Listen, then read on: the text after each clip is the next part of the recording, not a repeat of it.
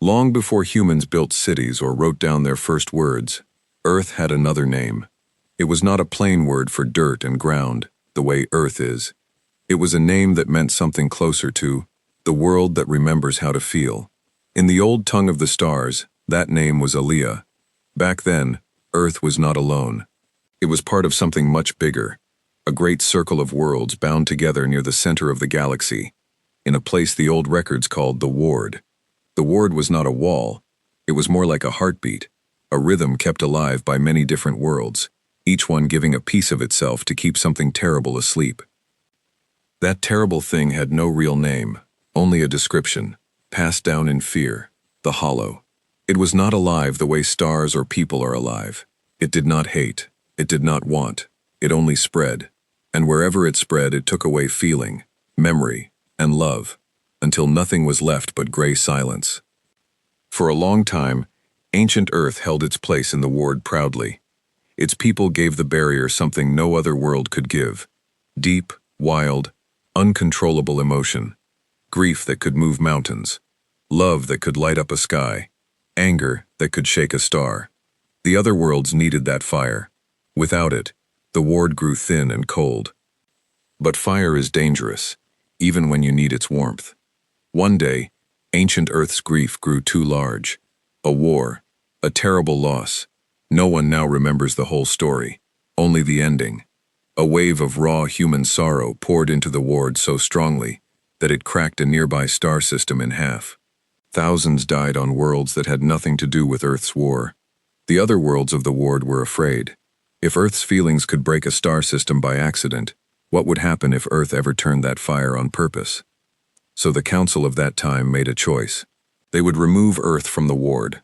They would take away Earth's name, so no one could call it, or find it, or blame it.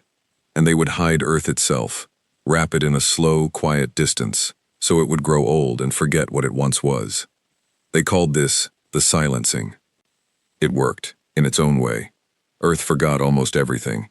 Its people rebuilt, again and again, in small pieces, never remembering their own past clearly. All that was left were old stories, told by firelight, about a sky that used to speak and then went quiet, a song about a name that was taken away. And out among the stars, in the great council at the center of the galaxy, the worlds who remained in the Ward slowly forgot Earth too. They replaced its missing piece with something safer, something calmer, a patch, not a cure. For millions of years, that patch held, until now. At the center of the galaxy, in a city called Heartlight, the patch was finally giving way. Cale Vantor felt it before he understood it. He was sitting in the deep archive, 3 levels below the main halls of the Concordance Council, when the lights flickered for no reason at all. Just for a second. Just long enough for every screen in the room to blink, and every quiet worker around him to look up from their work at the same time. Cale was young for an archivist, only 42 years old, which among his people, the Yethir, was barely more than a child.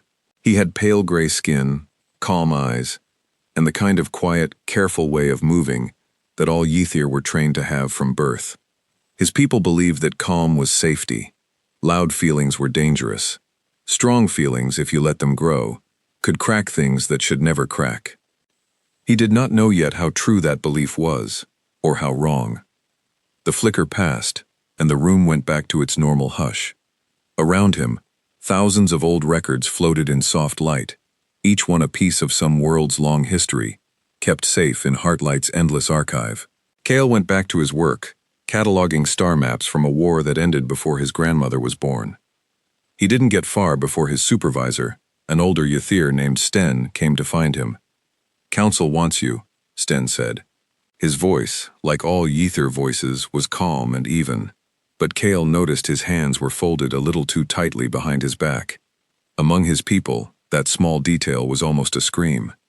"Me?" Cale said. "Why me?" "They didn't tell me why," Sten said. "Only that it's about the Ward." Cale felt something cold move through his chest. Everyone who worked in the archive knew, in a quiet way, that the Ward was old and tired. It was not something people talked about openly. It was something people simply trusted, the way you trust that the ground under your feet will hold you up. If someone from the council was asking for an archivist by name, something had changed. He left the archive and walked up through the long white halls of Heartlight, past fountains of soft light, past murals showing 100 different species standing together in peace. Heartlight was beautiful in a careful, controlled way. Every hallway was clean, every voice was low. Nothing was ever loud or messy or too bright. It was a city built by people who believed that peace meant quiet. At the top of the central tower, the council chamber waited. Kale had only been there once before, as a student, to watch a ceremony from the back row. Walking in now, alone, called by name, felt very different. Inside, 7 council members sat in a circle of soft light. Kale recognized most of them from the news feeds, leaders of the largest worlds in the Concordance. At the head of the circle sat Elder Nyra Vale, the oldest member of the council, who had led the Concordance for longer than Kale had been alive. Her skin had gone a pale silver blue with age, and her eyes held the tired patience of someone who had seen many crises and expected to see many more. Near her sat Councillor Drask, a broad, sharp-featured Yethier known across Heartlight for his cold opinions and colder temper, though he kept that temper carefully hidden, the way all Yethier did. Kale had never liked him, though he had never said so out loud. "Archivist Vantor," Elder Vale said, "thank you for coming." "Of course, Elder." Kale bowed his head, the proper greeting. "You specialize in pre-silencing records," she said. "Is that correct?" Kale's stomach tightened. Pre-silencing records were the oldest, most fragile, most dangerous kind of history in the archive. Almost no one studied them anymore. Most Yethier found the topic uncomfortable, even shameful. "Yes, Elder," he said. "I've spent the last 6 years on the early ward archives, before the removal." "Good," she said. "Then you already know more than most people alive about what we are about to ask of you." She raised one hand, and a soft image appeared in the air above the circle. A simple diagram of the galaxy, with a small, dim light glowing near one arm of it. Kale recognized the shape immediately, though it had no label. He had seen it in old sealed files, always blacked out, always marked forbidden. "The ward is failing," Elder Vale said simply. "Not slowly, the way it has been failing for the last 1,000 years. Quickly, now, within a season, maybe 2, we believe it will fail completely." A heavy silence filled the room. Even for people trained since birth to hide their feelings, Kale could see the fear moving under the still faces around him. "When Earth was removed from the ward," Elder Vale went on, "our ancestors replaced its part of the barrier with an artificial patch. That patch was never meant to last forever. It was meant to buy time, time to find something better. We never found something better. We simply grew comfortable and let the years pass." "You're saying," Kale said slowly, "that we need Earth again." "We're saying," Councillor Drask cut in, his voice flat and hard, "that we need Earth's part of the ward filled again, one way or another. Whether that means the world itself, or simply its name, remains to be decided." Elder Vale gave him a brief, warning look before continuing. "There is an old ceremony," she said, "used only once before, long before any of us were born, when a world's part of the ward needed to be renewed without bringing the world itself back into full contact. It is called the naming. If we can find Earth's true name, the name given to it before the silencing, and speak it correctly, in the right place, with the right ceremony, it should renew the seal. It should hold the ward for another 1,000,000 years." "Should," Kale repeated quietly. "Should," Elder Vale agreed, not pretending otherwise. "The ceremony has only ever been used once, on a much smaller world, in circumstances far less desperate than ours, but it is the only method we have found in 10,000 years of searching, and we do not have time to search for another." "So what do you need from me?" Kale asked, though some part of him already understood. "Earth's true name was erased from every common record at the time of the silencing," Elder Vale said, "deliberately and completely. But nothing is ever erased completely. Somewhere in the old forbidden archive, in the records from before the removal, that name still exists, buried in whatever fragments survived. We need you to find it." Kale felt the weight of the request settle onto his shoulders like a physical thing. "And once I find it?" "You will bring it to the council," Elder Vale said, "and we will use it to renew the ward, before the hollow wakes and takes everything from us that we have left. Kale looked around the circle of calm, careful faces, all of them hiding, in their own quiet, ether way, a fear so large it could not be spoken aloud. He thought of the flicker in the archive lights. He thought of the diagrams he had studied for 6 years, records of a world called only the removed, never named, never explained, just a gap in history that no one wanted to look at directly. "I'll start tonight," he said. That night, Kale did not go back to the archive right away. He returned instead to his small quarters near the edge of the archive district, a modest space he had lived in alone since finishing his training years before. Ether homes were built for quiet, for stillness, everything in soft, muted colors meant to calm rather than excite. Kale had never questioned that design before tonight. He sat for a long time at his window, looking out over Heartlight's endless glowing towers, turning Elder Vale's words over and over in his mind. We were taught to fear them before we ever really knew them. On a shelf near his bed sat one object that did not match the careful, muted style of the rest of his quarters. A small, brightly painted toy, shaped like a star with too many points, made by his younger sister when they were both children, back on their homeworld before he ever came to Heartlight to study. His sister had always been the excitable one in their family, the one who laughed too loudly and cried too easily, the one their parents gently, constantly reminded to breathe slowly, to speak softly, to control herself, for her own good, they always said, and for the good of everyone around her. She had grown up to be one of the calmest, most careful Ether Kale had ever known. She rarely visited anymore. When she did, she spoke in the same even, practiced tones as everyone else, and Kale sometimes found himself missing the loud, messy, laughing child who had once painted him a badly shaped star, simply because she loved him and wanted him to have something bright to look at. He wondered, holding the small toy in his hands, what she might have become if no one had ever taught her that her loudest feelings were something to be ashamed of, something dangerous, something to be trained carefully out of her before it could grow into anything larger. He wondered the same thing, for the first time in his adult life, about an entire species he had never met, tucked away on a small blue world at the edge of everything, forgetting itself slowly, across a million silent years, taught the exact same lesson his people had learned so well. That feeling too much makes you a danger to everyone around you. He did not sleep much that night. He set the small star back on its shelf, carefully, the way he set everything down, and thought that perhaps, before this was over, he would like to learn how to be a little less careful. When morning came, he returned to the archive with new purpose, determined to find not just a name, but the truth buried underneath it. Far from Heartlight, on a small blue world that no star chart in the concordance dared to name, Maya Reyes sat at her desk at 3 a.m, surrounded by a mess of old paper and glowing screens.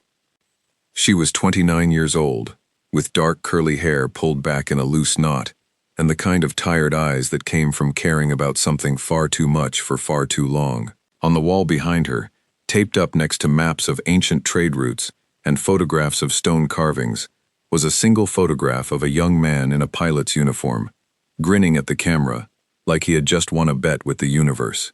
Daniel Reyes, her older brother. 6 years gone. Maya had been 23 when the message came in from Fleet Command. Contact lost with the deep space test ship Meridian, somewhere past Neptune. No wreckage found, no distress signal beyond one strange, garbled burst of sound that no one could explain. Just silence, where her brother used to be. Everyone told her, gently, that it was time to let it go. Her father had said it too, though she could hear how much it cost him to say it. But Maya had never been good at letting things go, especially not things that didn't make sense. And nothing about Daniel's disappearance had ever made sense to her. So she had done the only thing she knew how to do with grief that big. She turned it into a question, and she chased the question with everything she had. It started small. An old story her grandmother used to tell, about a day long ago when the sky stopped talking, and the world forgot its true name. Maya had always thought it was just a nice bedtime story, the kind every culture seemed to have some version of. But after Daniel vanished, she couldn't stop thinking about it. She began digging through archives, comparing myths from cultures that had never met each other, separated by oceans and thousands of years, and again, she found the same strange shape hiding underneath different words. A silence that fell from the sky, a name that was taken away, a promise that one day, someone would come to say it again. She remembered the day she found the clearest example, buried in a translated collection of oral histories from a small island nation, recorded 100 years before by a traveling scholar, who never guessed what he was truly writing down. The story spoke of a great silence that fell across the sky in the time of the first grandmothers, and of a promise left behind, that the sky would remember its children, even after it stopped speaking to them, and that one day, when the world's own children finally learned to speak that same old true name themselves, the silence would end. Maya had read that passage so many times the page had gone soft at the corners in her mind, unable to shake the feeling that she was reading something far older and far more real than any simple bedtime story had any right to be. It wasn't proof of anything, she knew that. Her colleagues at the Institute mostly saw it as a curiosity at best, a grieving woman's obsession at worst. But Maya kept going, because somewhere in the back of her mind, a small, stubborn hope refused to die, that Daniel's disappearance and these old, strange stories were connected, that the universe was bigger and stranger than anyone let themselves believe, and that somewhere in that strangeness was an answer. Her comm screen chimed, a message from her father. "Working late again," it read. "Get some sleep, Maya Bear. The stars will still be there in the morning." She smiled, despite herself. Marcus Reyes was the fleet admiral, in charge of nearly everything Earth had ever launched beyond the moon. A man who had spent 30 years teaching himself to sound calm, no matter what alarms were going off around him. But he still called her Maya Bear, the same as when she was 6 years old and afraid of the dark. "Can't sleep," she typed back. "Found something new tonight. Might be nothing." "It's always something with you," he wrote. "That's why I love you. Get some rest anyway. Big meeting tomorrow, might need your brain later." She frowned at the screen. Her father almost never mentioned his work to her directly. "What meeting?" There was a pause before his answer came through. "Can't say yet. Just keep your notes handy. All of them. The old myths especially." Maya sat up straighter, sleep suddenly the last thing on her mind. "Dad, what's going on?" "Get some rest," he wrote again. And then, after a moment, "I love you. Whatever happens tomorrow, remember that." He didn't answer again after that. Maya sat alone in her small, cluttered office as the first gray light of morning came up over the water outside her window, and for the first time in a long while, she let herself feel something other than the familiar, worn-down shape of her grief. She let herself feel afraid. At the Institute the next morning, Maya's supervisor, a patient, tired man named Dr. Okafor, who had defended her research to funding committees more times than either of them could count, stopped by her office with a worried look on his face. "You look like you haven't slept," he said. "I haven't, really," Maya admitted. He glanced at the wall behind her, at the growing collection of symbols and myth fragments that had, over 6 years, slowly taken over nearly every inch of free space. "Maya, I say this as someone who has always believed in your work, even when the review board wanted to cut your funding twice. Is everything all right? Your father called me last night. He wouldn't say why." Maya hesitated. Whatever was happening wasn't public yet, and she wasn't certain she was allowed to say anything, even to someone she trusted. "I think I might finally be close to an answer," she said carefully, "about the myths, about all of it." Dr. Okafor studied her for a long moment. "Maya, I've watched you chase this idea for 6 years. I've watched what it's cost you. Whatever this is, whatever your father is involved in, please be careful. Not every question has an answer worth finding." "Some do," Maya said quietly. "I think this one might be worth almost anything." He didn't look reassured, but he didn't argue either. He simply nodded, the way people who have loved you a long time learn to nod when they know arguing won't change anything, and left her alone with her notes, her tired eyes, and the small, stubborn hope she had carried for 6 long years. She was still sitting there an hour later, when the emergency call came through from Fleet Command. It came in the middle of a lecture she was giving to a mostly empty room of graduate students, on the strange, shared myths of the quiet sky, found in cultures with no historical contact. Her comm buzzed against her wrist, marked urgent, marked with her father's personal code. She excused herself mid-sentence and stepped into the hallway. "Dad?" "Maya." His voice was tight, careful, the voice he used when he was trying very hard not to alarm someone. "I need you to come to Fleet Command. Now. A car is already on its way to your building." "What's happened?" "I can't explain over an open line," he said. "Just bring your notes. All of them. Everything you've got on the old sky myths." 40 minutes later, Maya sat in a secure briefing room deep inside Fleet Command's central tower, surrounded by more senior officers and scientists than she had ever seen in one place. At the head of the room, a large screen showed a slow, grainy image, a small, dark shape drifting at the very edge of the solar system, well beyond Neptune, in the same general region where the Meridian, her brother's ship, had disappeared 6 years before. 3 days ago, her father said, standing at the front of the room, his voice steady, but his eyes finding Maya's for just a moment before continuing. "One of our deep space probes picked up an object matching no known classification. It is not natural. It is not one of ours. 2 days ago it began transmitting." He tapped a control, and a strange sound filled the room. Not quite a voice, not quite music, a rising and falling pattern that made the hair on Maya's arms stand up before she even understood why. "We've run it through every translation system we have," said a tired-looking woman Maya didn't recognize, introduced simply as Dr. Amara Okonkwo, head of signal analysis. "Nothing matches, except," she hesitated, glancing at Maya's father. "Except what?" Maya asked. Dr. Okonkwo brought up a new image, a visual pattern taken from the signal, a series of symbols that pulsed in rhythm with the sound. Maya's whole body went cold. She had seen those symbols before, not in any official record, not in any known human language. She had seen fragments of them carved into 3,000-year-old stones on opposite sides of the planet, in cultures that had never known the other existed. She had seen versions of them in her grandmother's old, half-remembered songs. "I need my files," Maya said quietly. Now, for the next 2 hours, with her father watching from across the room, and half of Fleet Command's senior staff crowded around her small workstation, Maya laid out everything she had gathered over 6 years of obsessive, half-doubted research. Myth after myth, symbol after symbol, a pattern that had always seemed like coincidence, or grief-driven wishful thinking, suddenly locking into place with terrifying clarity. "It's not random," she said, pointing to overlapping fragments on her screen. "This shape here, the one repeating every 40 seconds, in half our oldest recorded myths, this exact symbol means silence, or emptiness, or the space where a name used to be. And this one, it shows up in creation stories as the true name of the world, spoken before speaking was forgotten." "You're saying someone or something out past Neptune is asking for the name of the world?" one of the officers asked, clearly doubtful.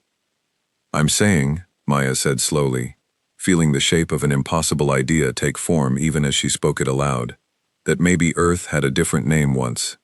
A real name, and maybe whatever's out there already knows it, or wants us to remember it." The room went quiet. Her father's face, usually so carefully composed, looked pale. "Dad," Maya said, turning to him directly, ignoring the crowd of officers around them. "What aren't you telling me?" Marcus Reyes was quiet for a long moment. Then he nodded to Dr. Okonkwo, who brought up one final piece of data, a partial, damaged recording, recovered from deep storage, time-stamped 6 years ago. The last transmission from the Meridian. Maya's breath caught. She had heard fragments of this recording before, years ago, in the terrible weeks after Daniel disappeared, back when investigators still hoped to find some clue in the noise. It had always sounded like static to her then, meaningless, painful noise where her brother's voice should have been. Now, laid side by side with the new signal from beyond Neptune, the pattern was unmistakable, the same rising, falling shape, the same ancient, forgotten rhythm. 6 years ago, her father said quietly, the Meridian was testing a new deep space drive near the outer edge of the system, in a region we'd mapped as empty. Daniel's last transmission before we lost contact wasn't static, Maya. Not really. Our analysts always thought it might be some kind of echo, a resonance, off some large object we couldn't identify. We never had the tools, or honestly, the courage, to look closer. It felt too much like grasping at ghosts. He looked at the screen, at the strange overlapping patterns, at his daughter's stricken face. "Until now," he said, "whatever's out there, Maya, we think it might be connected to whatever happened to your brother's ship. And we think it's the same thing your myths have been describing for years. Something is trying to speak Earth's name. And we don't know if it's a threat, or a rescue, or something we don't have a word for at all." Maya stared at the screen, at the ghost of her brother's last words tangled up with a signal from the edge of everything she understood, and felt 6 years of grief and hope and impossible questions collide all at once. "I want to see the object myself," she said. "Whatever this is, I need to understand it." Her father's jaw tightened, the way it always did when he was about to say no to something and knew he wouldn't win the argument. "I know," he said instead, quietly. "That's why I called you here." Back in Heartlight, Cale did not go home that night. He went straight down into the deepest part of the archive, past the sealed doors that required his new council clearance to open, into a section that had not been properly studied in centuries. The Forbidden Archive was not dramatic to look at. It was simply a smaller, dimmer room, filled with the oldest data crystals the Concordance possessed, some of them so old that half their information had crumbled into meaningless noise. Cale worked through the night, and then through the next day, and the day after that, feeding fragments into the reading matrix, watching broken pieces of ancient history flicker across his screen. Most of what he found was heartbreaking, in a quiet, distant way. Reports written by frightened officials, all trying to explain, in careful language, why a whole world needed to be erased. He read about the star system cracked open by grief. He read about the terror that followed, the endless council debates, the vote that finally decided Earth's fate. He also found something the official reports tried very hard to hide: doubt. Even at the time, not everyone had agreed with the silencing. He found a fragment of a speech, badly damaged, from a counselor whose name had been mostly erased, arguing that erasing a world's name and forcing it into isolation was not protection. It was punishment. It was fear wearing the mask of safety. Cale read that fragment 3 times.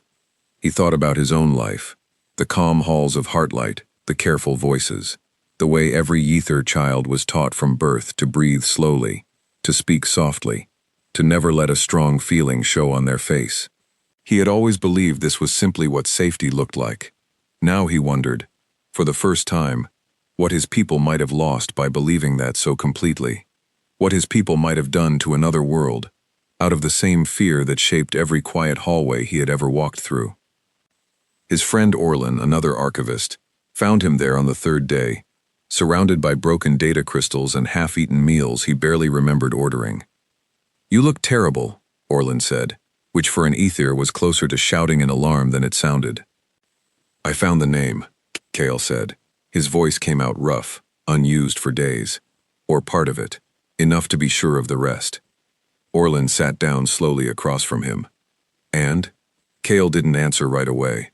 He was staring at a small string of ancient symbols on his screen, the closest thing to a whole word that had survived 1,000,000 years of silence.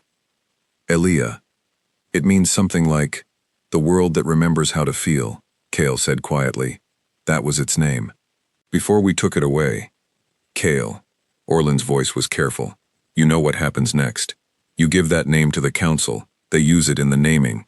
The ward is renewed, and everyone goes back to their lives. That's the job." "I know what's supposed to happen," Cale said.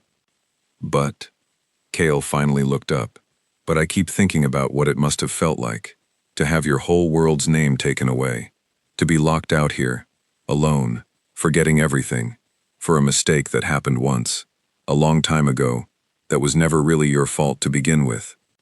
"It was necessary," Orlin said, though he didn't sound entirely convinced either. "Maybe," Cale admitted, "or maybe it was just easier than trying to understand something we were too afraid to look at closely." Neither of them had an answer for that. Outside the small archive room, the lights of Heartlight flickered again, faint and brief, like a held breath. Cale was called before the council again the next evening, this time with Elder Vale alone, no wider audience. "You found something," she said. It wasn't a question. "A name," Kale said, sliding a small data crystal across the table toward her. "Or most of one. Aaliyah, I'm still working to confirm the last piece, but I'm certain enough to bring it to you now, given the timeline you described." Elder Vale turned the name over in her mind, her pale eyes distant. "Aaliyah," she repeated softly, as though tasting an old, forbidden food. "It's been a very long time since anyone in this room has said that name." "There's something else," Kale said. "One of our old deep search probes, the ones scattered through unclaimed space, generations ago, looking for any trace of the removed world. Probe 41, assigned to a quiet arm of the galaxy no one expected to matter.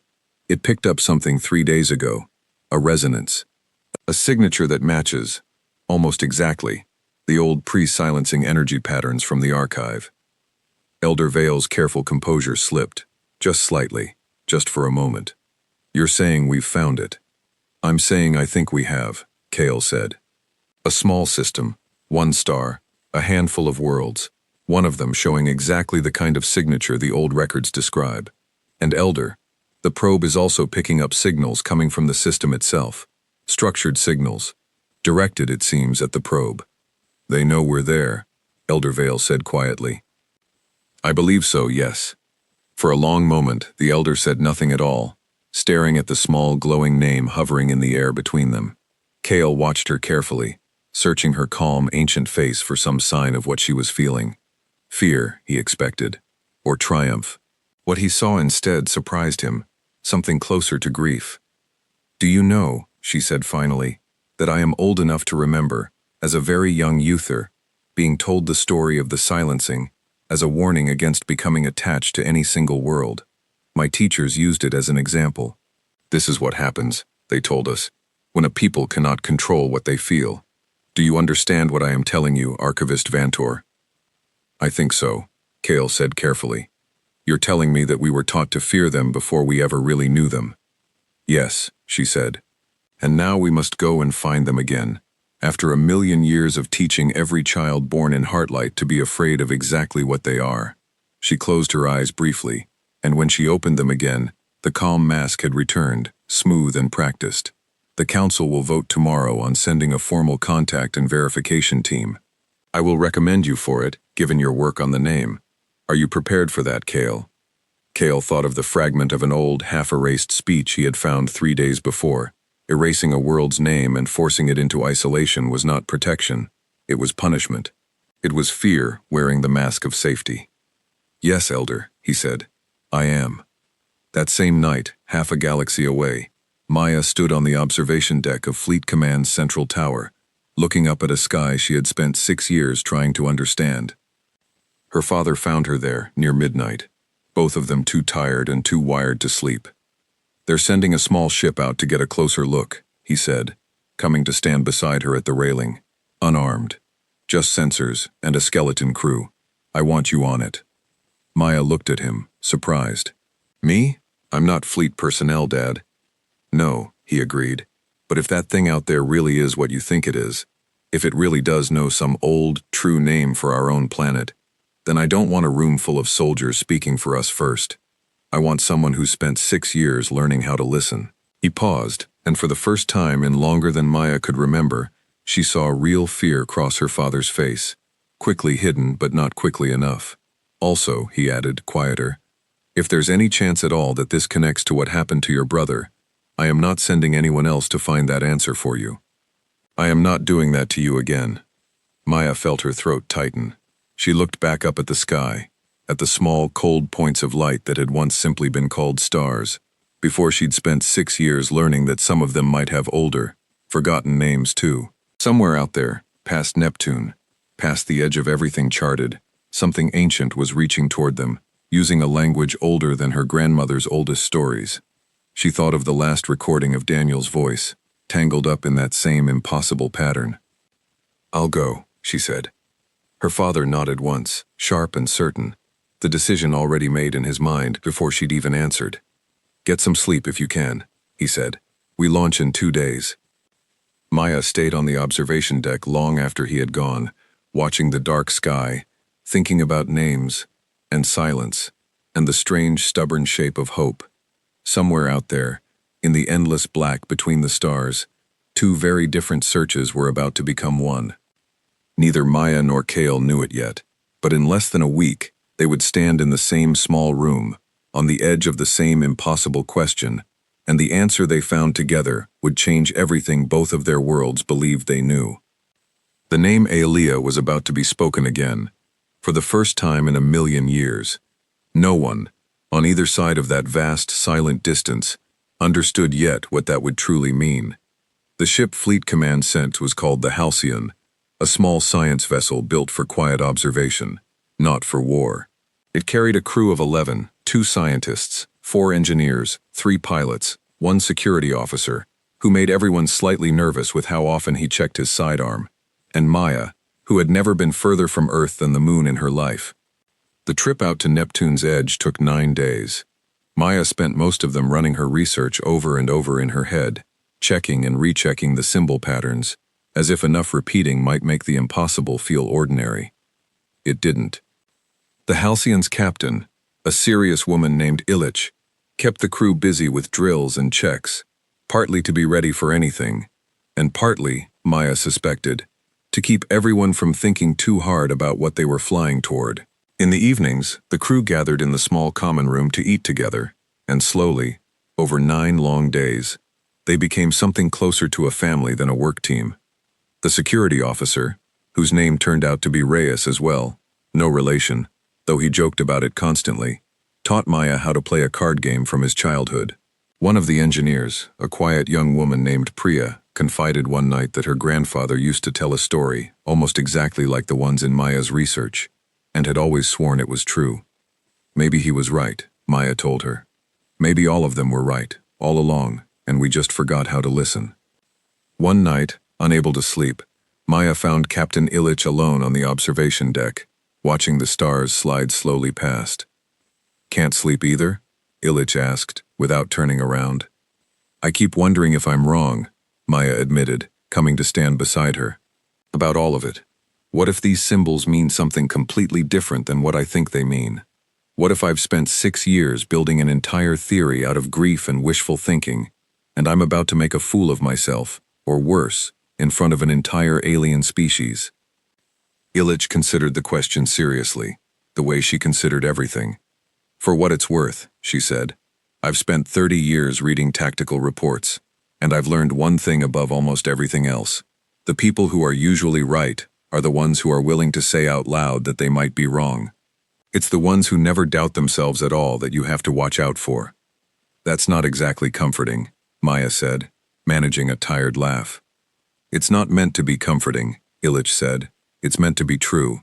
You've spent 6 years chasing a question everyone else told you to let go of. Whatever happens out here, Maya, that already took more courage than most people manage in a lifetime. Don't let a little doubt convince you now that it didn't." Maya looked out at the stars, at the vast, patient dark between them and whatever waited at the edge of the system, and let herself, just for a moment, believe her. On the 9th day, the Halcyon's sensors locked onto the object properly for the first time, not the grainy, distant image from Fleet Command's monitoring, but a clear, close reading. It was smaller than Maya had expected, no bigger than a large shuttle, dark and smooth, with no visible engines, no visible weapons, no visible anything, except a slow, steady pulse of light along one curved edge, blinking in the same rhythm as the recordings she had memorized. "It's not moving," the pilot reported. "No change in path, no response to our approach so far." "Bring us to 200 kilometers, Captain Illich ordered, slow and steady. Everyone, eyes open." Maya stood at the observation window, watching the small dark shape grow larger against the black. Her heart was beating so hard she could feel it in her throat. Somewhere, 6 years ago, her brother had come close to something like this, and never come home. "Captain," the sensor officer said suddenly. "It's responding. Same energy pattern as before, but stronger now. It knows we're here." The pulsing light along the object's edge sped up, then slowed, then sped up again, a rhythm that felt deliberate, patient, almost gentle. "Is it a threat?" Captain Illich asked. Maya answered before she'd even decided to speak. No, she said. I don't think so. I think it's saying hello. No one moved for a long moment. Then, carefully, Maya reached for the small recorder she'd brought, the one loaded with every myth fragment, every symbol pattern she'd gathered over 6 years, and began, slowly and clearly, to play back the closest match she had. The pulsing light stopped. Then, after a long, breathless pause, it began again, matching her recording almost perfectly, a call and response passing back and forth across 200 kilometers of cold, empty space. Captain Illich let out a breath Maya hadn't realized she was holding too. Well, she said quietly, I suppose that answers whether it's listening. 3 days later, a new light appeared in the Halcyon sensors, not the old probe's steady pulse, but something new, sudden, and enormous by comparison. A ship larger than anything Earth had ever built, sliding out of some fold in space that no human instrument had a name for. That's not one of ours, the pilot said, unnecessarily, his voice tight. The Concordance ship, when it finally came close enough to see clearly through the Halcyon's cameras, looked nothing like Maya had imagined in her most hopeful, most frightened late-night daydreams. It wasn't sleek or covered in metal or bristling with weapons. It was smooth and pale, almost alive in its curves, glowing faintly from within, like something warm and breathing.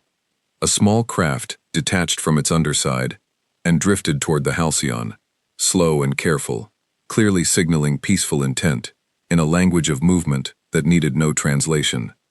They want to dock, Captain Illich said. Or be docked with. I think they're waiting for us to decide. It took nearly an hour of careful, nervous coordination, human engineers and unknown alien systems trying to understand each other's airlocks well enough to connect them safely, before the two crews finally stood facing each other across a narrow, humming corridor. Maya had imagined this moment so many times, in so many versions, that the reality of it felt almost unreal. The being who stepped forward first was tall, pale gray-skinned, with calm, deep-set eyes, and a careful, controlled way of moving that reminded her, strangely, of the most composed diplomats she'd ever watched on the news. He raised one hand, palm open, a gesture that needed no translation either. I am Cale Vantor, he said. The words came out strange at first, his voice running them through some kind of small device at his collar, smoothing them into careful, slightly formal Earth English. I have been sent to find a name. I believe you may already know it. Maya's breath caught. Behind her, she heard Captain Illich's hand move quietly toward her sidearm. Then, just as quietly, stop. My name is Maya Reyes, she said, stepping forward before anyone else could speak. I've spent 6 years looking for the same thing you have, I think, or something very close to it. Cale's calm expression flickered, just slightly, something like relief passing behind his careful eyes. Then perhaps, he said, we should talk.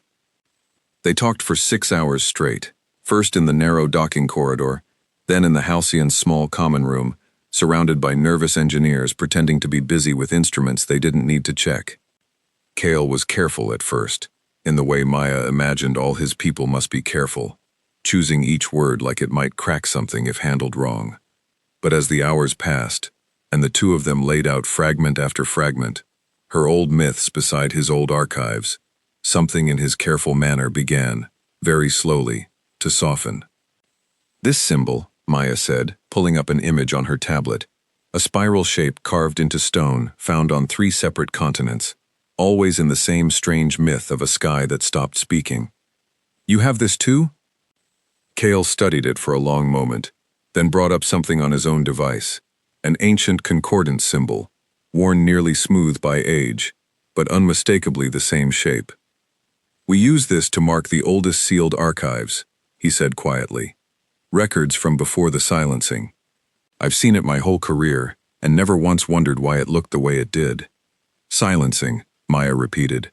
That's the word you used before too. What does it mean? Cale was quiet for a moment.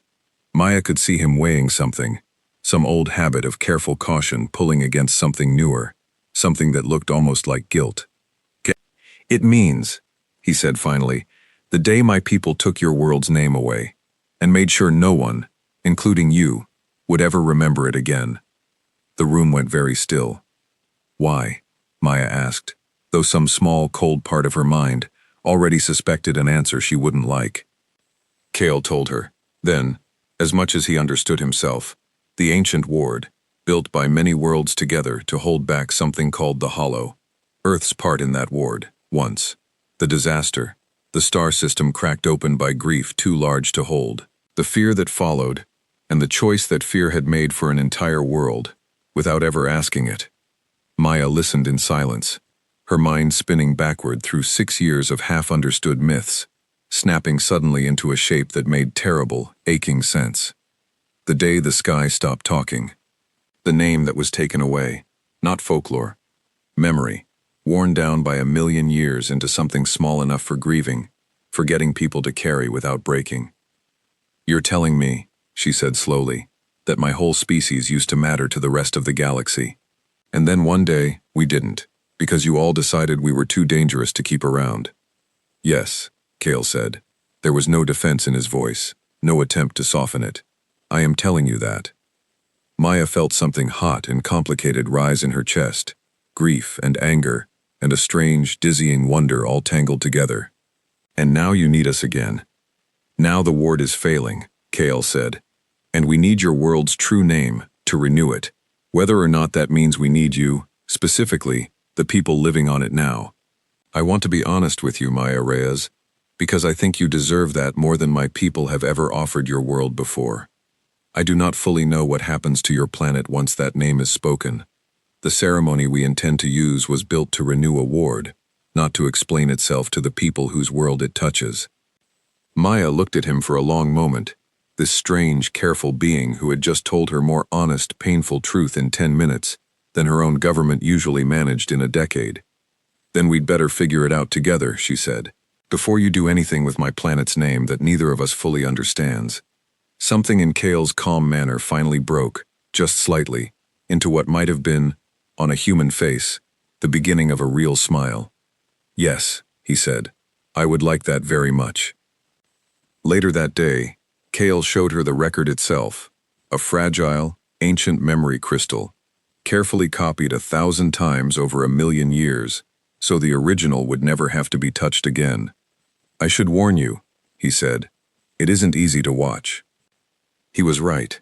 The recording had no clear picture, only fragments, sound and light, and something like emotion pressed directly into memory, the old concordance method of preserving history too important, or too painful, to trust to words alone.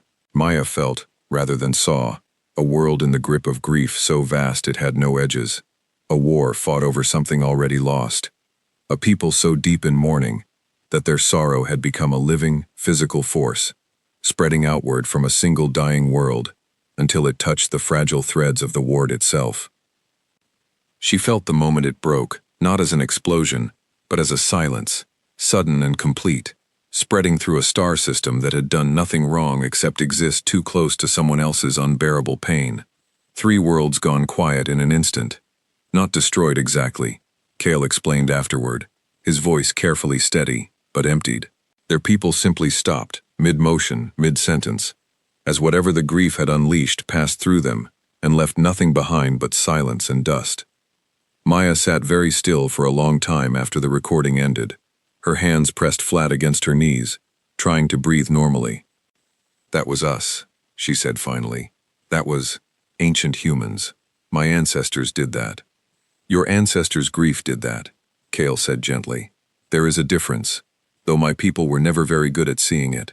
We are trained, from birth, to believe that feeling too much is the most dangerous thing in the universe. We build our whole society around never letting that happen again. I used to believe that made us wise. And now? Kale was quiet for a long moment. Now I have met you, he said, and I find myself wondering whether we simply became so afraid of fire that we forgot fire could also keep us warm. Maya looked back at the frozen image of the ancient recording, 3 worlds gone silent in an instant, an entire civilization's worth of fear built on top of a single, terrible day. It doesn't make what happened right, she said quietly. 3 worlds. All those people. That's not nothing, Kale. That's not something to just explain away. No, Cale agreed. It isn't. And I don't ask you to forgive it or excuse it. I only want you to understand it, because I think whatever we decide to do next, about the name, about the ward, about your entire world, we should decide it with the whole truth between us, not the comfortable half my people have told themselves for 1,000,000 years. Maya thought of the photograph on her office wall, Daniel grinning at the camera, gone 6 years now into whatever silence had swallowed him near Neptune. She thought of her own grief, small compared to a shattered star system, but no less real for its size. Grief that big, she said slowly, it doesn't come from nowhere. What were they even grieving, back then? Do you know? Cale shook his head slowly. The records don't say. Only that the grief existed, and that it was, according to our own history, larger than anything the Concordance had faced before or since. He paused. I have wondered, these past days, whether we ever bothered to ask that question at the time, or whether it was simply easier to be afraid of the size of the fire than to ask what had been lost to start it burning. Maya said nothing for a long moment, looking at this alien man beside her, so careful, so controlled, and yet somehow, in his own quiet way, more honest than almost anyone she'd ever known. I think, she said finally, that's the first question we should try to answer, before anyone speaks my planet's name out loud again. News of first contact reached Earth within hours, and the world, predictably, did not take it calmly. Marcus Reyes spent the better part of 2 days in continuous emergency sessions, first with Fleet Command's own leadership, then with representatives from every major government, still willing to coordinate through the aging but functional framework of the old United Nations, all of them talking over each other, demanding information he didn't yet have, demanding guarantees he couldn't yet give. They want a name, he said, for what felt like the 100th time, to a room full of anxious faces on his screen. Not a threat, not a demand, a name. Our own planet's true name, apparently, taken from us before recorded history. That sounds like exactly the kind of story an invading force would tell to get exactly what they want, said the representative from one of the larger coalition governments. A sharp, exhausted-looking man named Director Halverson. Convenient timing, don't you think, Admiral? A crisis appears at the exact moment they need our cooperation. With respect, Director, Marcus said, keeping his voice level through pure force of habit. My daughter has spent 6 years finding fragments of this exact story in human myths, older than any government currently in this meeting. This isn't a story they invented for our benefit. It's one we already had, half forgotten, long before they ever arrived. That quieted the room, for a moment at least. Later, alone in his office, Marcus allowed himself the luxury of sitting very still for several minutes, his head in his hands, before pulling up a private file he hadn't opened in over a year. Everything Fleet Command's investigators had gathered, 6 years ago, on the disappearance of the Meridian. He had never told Maya everything. Some details he'd kept back, not out of cruelty, but out of a father's stubborn, useless instinct to protect his daughter from pain that couldn't be undone by more information. Now, looking at old sensor logs alongside the new signal patterns from the Concordance probe, he found himself wondering if that instinct had cost them both something important. The Meridian's last confirmed position, 6 years ago, sat almost exactly where the Concordance probe had been discovered. He had known that, of course, from the beginning. What he hadn't told Maya, what he'd buried deep enough that even he sometimes managed to forget it, was a single line from the ship's final automated log, recorded in the last seconds before all contact was lost. Unusual structure detected, approximately 200 kilometers off starboard, Daniel requesting permission to investigate further before. The log ended there. No explanation, no follow-up, just an ordinary young pilot's ordinary curiosity, reaching toward something ancient and patient that no one on Earth had understood well enough to warn him about.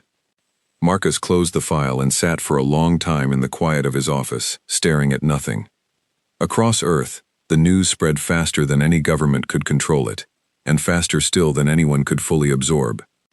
In small fishing villages and enormous cities alike, people gathered around screens to watch the same blurry footage over and over. A strange, glowing ship beside a small human science vessel. Two very different kinds of hands reaching toward each other across an impossible distance.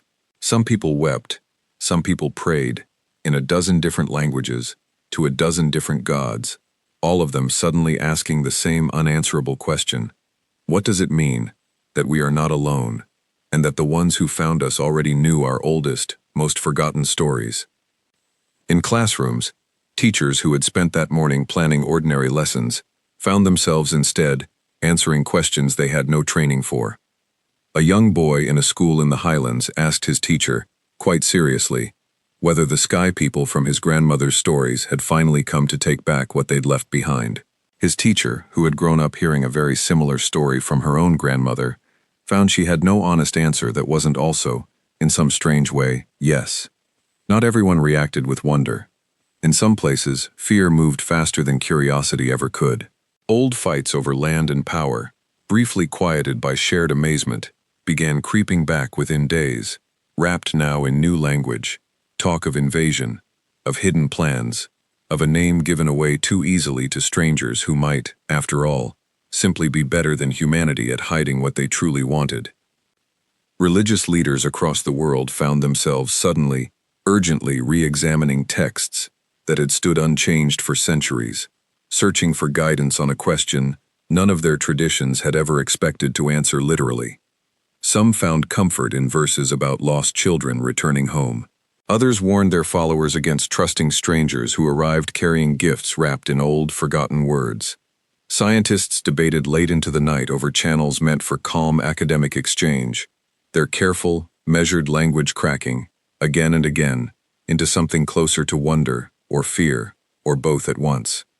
Children, on the whole, seemed to manage the news better than most adults.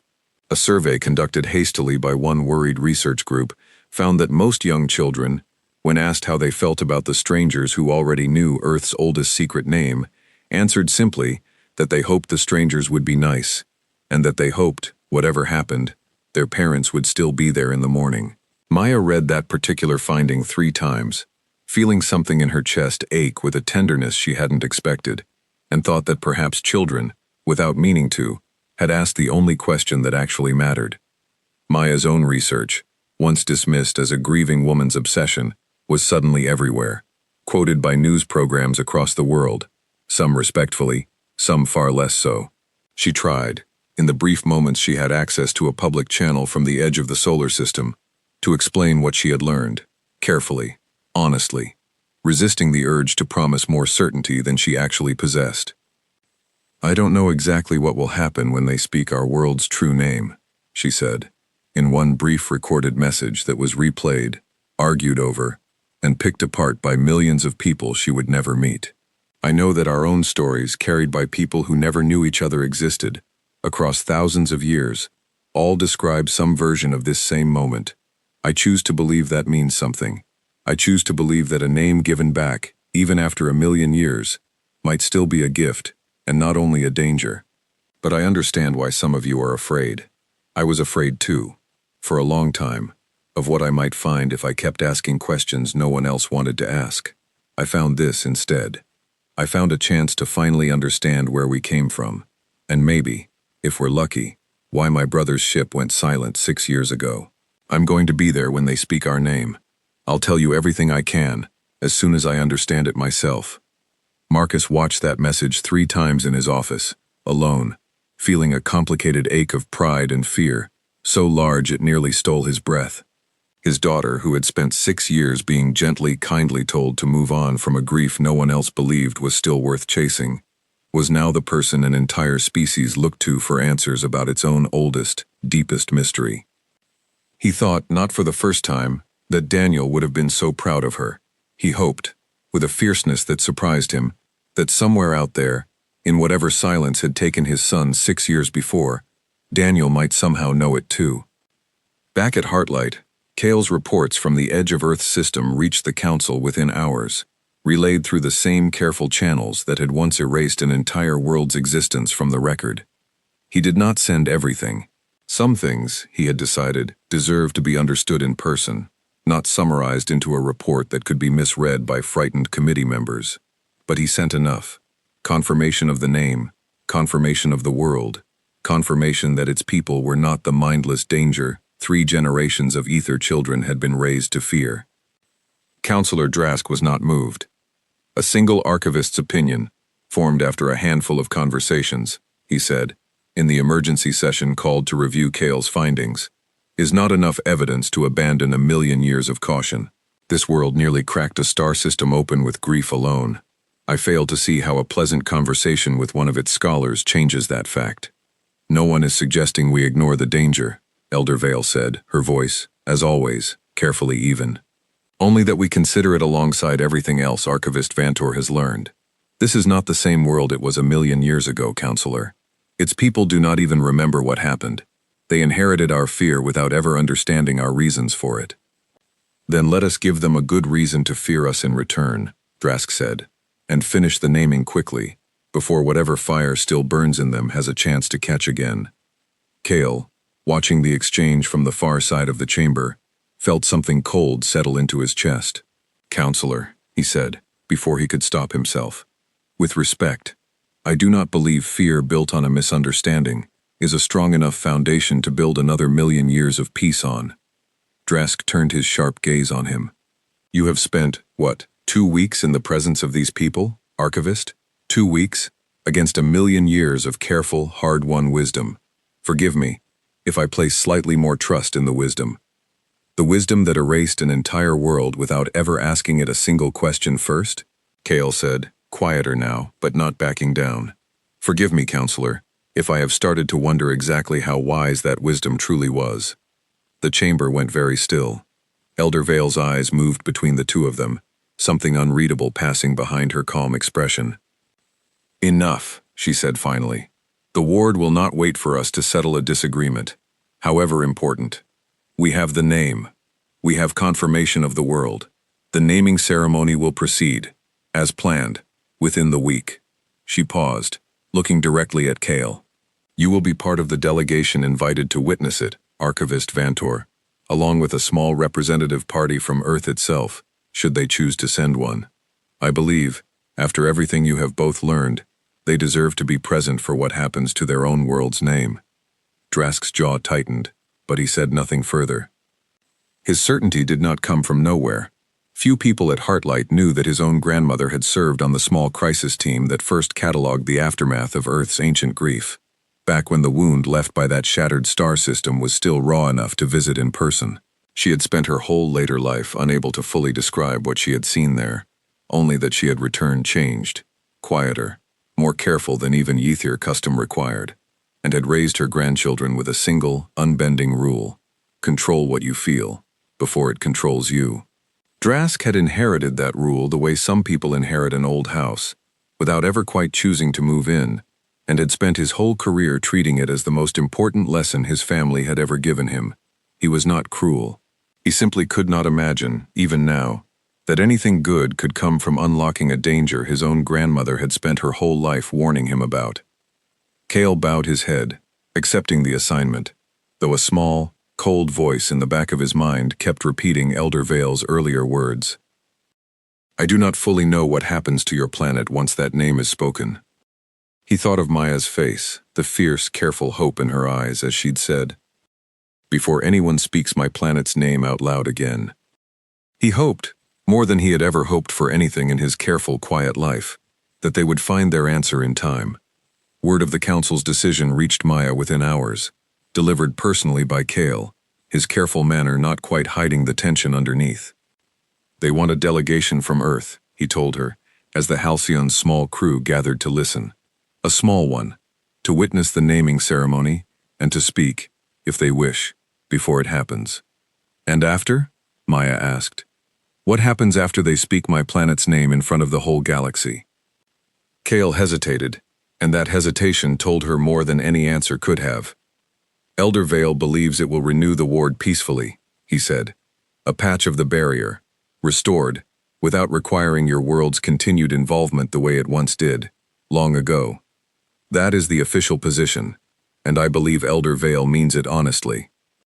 But, Maya pressed, but no one alive has ever seen the naming ceremony used at this scale, Kale admitted. The old records are damaged, incomplete. We are relying on fragments, and hope, and the fact that we have run out of time to search for anything better. He looked at her steadily. I would not blame you, or your people, if you refused to send anyone at all. Maya thought of the photograph on her office wall, of the strange signal pattern, the same one that had swallowed her brother's last words 6 years ago, of a million years of silence, finally about to break. No, she said, we're not refusing. If someone is going to speak my planet's true name for the first time in a million years, then someone from Earth is going to be standing there when they do it. I'm not letting this happen to us without us. She contacted her father that same night, relaying everything, the council's decision, the timeline, the invitation. She half expected him to argue, to insist on sending career diplomats instead of his own daughter, however qualified she had become in these strange, borrowed weeks. Instead, after a long silence on the private channel between them, he simply said, I'm coming with you. Dad, you're needed here, Fleet Command, the council back home. Maya. His voice cracked, just slightly, the first time she had heard it do that in years. 6 years ago, I sent your brother out into that same darkness, and it swallowed him whole. And I have spent every single day since then wondering if there was something I should have said to him before he went. Some warning, some piece of wisdom that might have brought him home. I am not making that mistake twice. If Earth's whole future is about to be decided in front of strangers a million light years from home, I am going to be standing there, not as an admiral, as your father.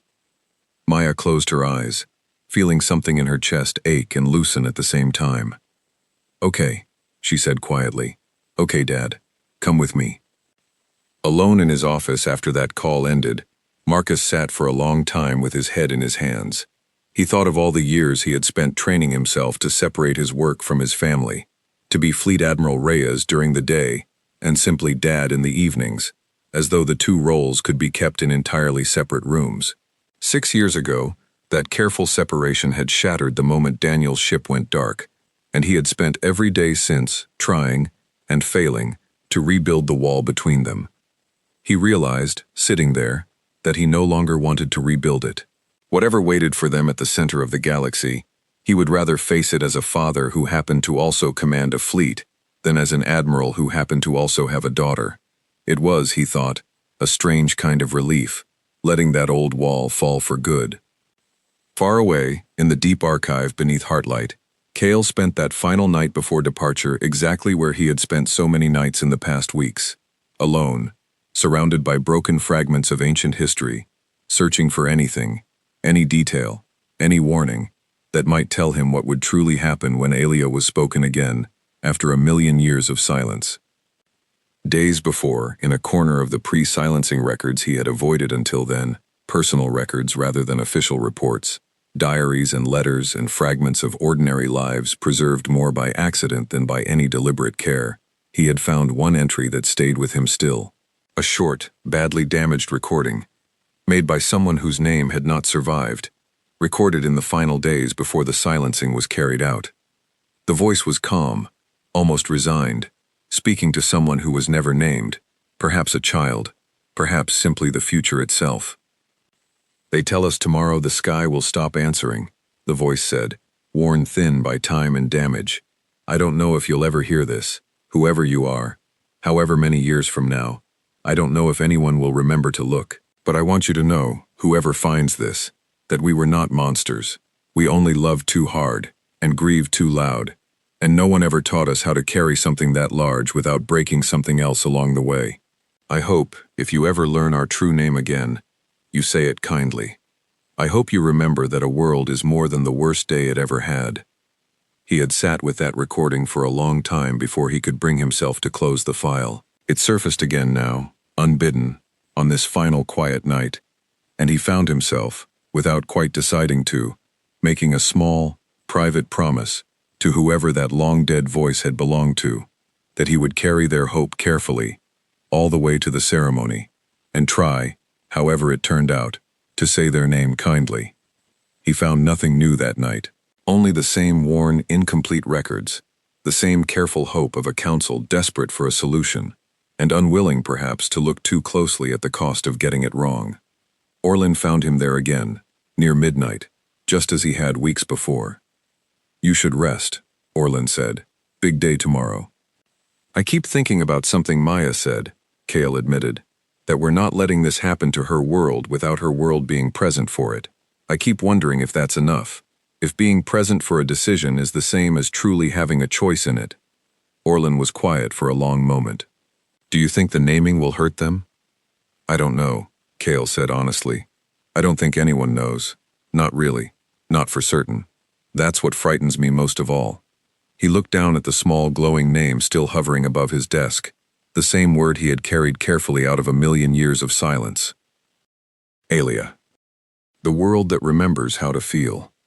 Tomorrow, he said quietly, we are going to stand at the center of the galaxy and speak a word we buried out of fear and hope, more than we have ever hoped for anything, that we are not making the exact same mistake all over again. Somewhere far above Heartlight's careful, quiet towers, the ancient lights of the ward flickered once more, faint and brief, like something old and tired holding its breath, waiting to see what the next few days would bring. Heartlight had not seen a gathering this large in over 1,000 years. Delegates from every corner of the concordance arrived in the days before the ceremony, filling the careful, quiet halls with a rare, barely contained hum of anticipation.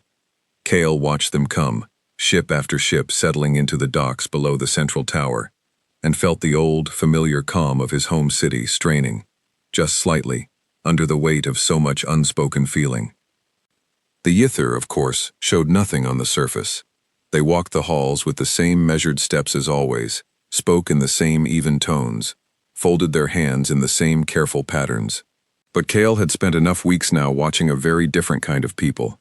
People who let their feelings show plainly on their faces, in the shake of their hands, in the brightness of their eyes, that he found himself noticing, for the first time in his life, all the small, careful ways his own people hid the exact same fear. Elder Vale oversaw the preparations personally, moving through the growing crowds with the calm authority of someone who had spent a very long life learning to carry enormous weight without ever letting it show. Kale found her, the night before the ceremony, standing alone at the edge of the great central platform where the naming would take place, looking up at the soft artificial light of Heartlight's sky. You're troubled, she said, without turning around. It wasn't a question. I keep thinking about what happens after, Kale admitted. Once the name is spoken, we've prepared so carefully for the ceremony itself, Elder. I'm not certain we've prepared at all for what comes next. No, Elder Vale agreed. I don't believe we have. I don't believe it's possible to fully prepare for something no living Ythir has ever witnessed at this scale. She was quiet for a moment. Do you know why I agreed to invite a delegation from Earth itself, against Counselor Drask's very strong objections? I assumed it was a gesture of respect, Kale said. Partly, she said, but mostly, Archivist Vantor, it was fear. If we are about to do something enormous to a world we barely understand, I did not want to do it while pretending they were not real people, standing somewhere far away, trusting us to be careful with something that belongs to them far more than it belongs to us. I have spent my whole life being taught that distance makes difficult decisions easier. I find, now, at the end of a very long life, that I no longer believe that was ever true. I think distance only makes it easier to forget what a decision costs someone else. She was quiet for a moment, looking out over the platform where, tomorrow, an entire world's fate would turn on a single word. I was young when I first read the old reports on the silencing, she said. Young enough that I remember being frightened by them in the particular way only the young can be frightened. Certain the danger described in those pages could reach out and touch me personally, if I were not careful enough. I built my whole career on that fear, Archivist. Every careful policy, every cautious vote, every long argument in favor of patience over action. I told myself, for a very long life, that I was being wise. I am old enough now to wonder whether I was simply afraid, for a very long time, and clever enough to make the fear look like wisdom to everyone, including myself. Kale looked at her, this ancient, careful woman who had led his people through 100 quiet crises, and saw, for the first time, not simply an elder, but someone quietly, privately, afraid of the same thing he was. Whatever happens tomorrow, he said, I don't think you're facing it alone, Elder. No, she agreed. something almost like warmth entering her careful voice. "I suppose I'm not." On Earth, the departure of the delegation drew crowds larger than any Fleet Command launch in living memory. The crowd gathered to watch was unlike anything Fleet Command had ever managed before. Families with children perched on shoulders for a better view, elderly couples holding hands, journalists from every major network jostling for position, alongside ordinary citizens who had simply felt, in some quiet, personal way, that they needed to be present for this, even if all they could do was stand at a distance and watch a shuttle rise into the sky. Somewhere in that crowd were people who believed this was humanity's greatest chance at healing an ancient wound, and people who believed it was the beginning of humanity's undoing, and far more people who simply did not know what to believe yet, and had come anyway, because not knowing felt like something that should not be faced alone. Maya stood on the same observation platform where, weeks ago, her father had first told her he was sending her out to the edge of the solar system, and looked out now at a crowd of thousands gathered below to watch a much larger, much stranger journey begin. The delegation was small, deliberately so. Maya, her father, Captain Illich, Dr. Okonkwo, and 3 others, chosen for their knowledge of science, diplomacy, and security. They would travel aboard a concordance vessel, Kale had explained apologetically, since no human ship could yet make the journey to the center of the galaxy in any reasonable time. It was a strange thought, boarding a stranger's ship to go speak her own planet's oldest secret in a stranger's home. Before they left, Maya made one more stop, alone, at a small memorial garden near Fleet Command's main campus, where a modest stone marker bore her brother's name, among the handful of others lost to deep space exploration over the years. She hadn't visited it in almost a year. Some part of her had stopped believing, somewhere along the way, that visiting helped either of them. She knelt beside the marker now, feeling the cool stone under her fingers. "I don't know what I'm about to walk into," she said quietly, to a brother who couldn't hear her, or perhaps, she thought with a strange, aching hope, could. "But I think I might finally understand what happened to you. I think you found something out there, Daniel, something old and patient and waiting, and I think it might be connected to everything I've spent 6 years chasing." She paused, throat tight. "I wish you were here to see this. I wish, more than anything, that I could bring you home instead of just bringing home your answer. But I'm going to go find out the truth, whatever it costs. I promise you that." She stayed there a long while, until the light began to fade, before finally standing and returning to the crowd gathering for departure. Her father found her as she climbed the ramp toward the waiting shuttle that would carry them up to orbit, where the concordance vessel waited. "You went to see him," he said. It wasn't a question either. "I needed to," Maya said. "I needed him to know, before we left, that none of this has ever been about forgetting him. Everything I've done these past 6 years, it was always about finding him again, one way or another." Marcus put a hand on her shoulder, his grip firm despite the slight shake Maya could feel underneath it. "He'd be proud of you," he said. "Whatever else happens up there, Maya Bear, I need you to know that. Whatever we find, whatever they do with that name tomorrow, your brother would be so proud of everything you've become chasing his memory across the stars." Maya blinked back sudden tears, surprising herself with how close they were to the surface. "Let's go find out what it all means, Dad," she said. Together this time. They boarded the shuttle side by side, and Earth fell away beneath them, small and blue, and impossibly precious, carrying 6 years of grief and hope, and unanswered questions, up into a sky that was, after a million years of silence, finally about to speak its oldest name again. The journey to Heartlight took only a matter of hours by concordant standards, though it felt, to Maya, like crossing the entire span of everything she had ever understood about her place in the universe.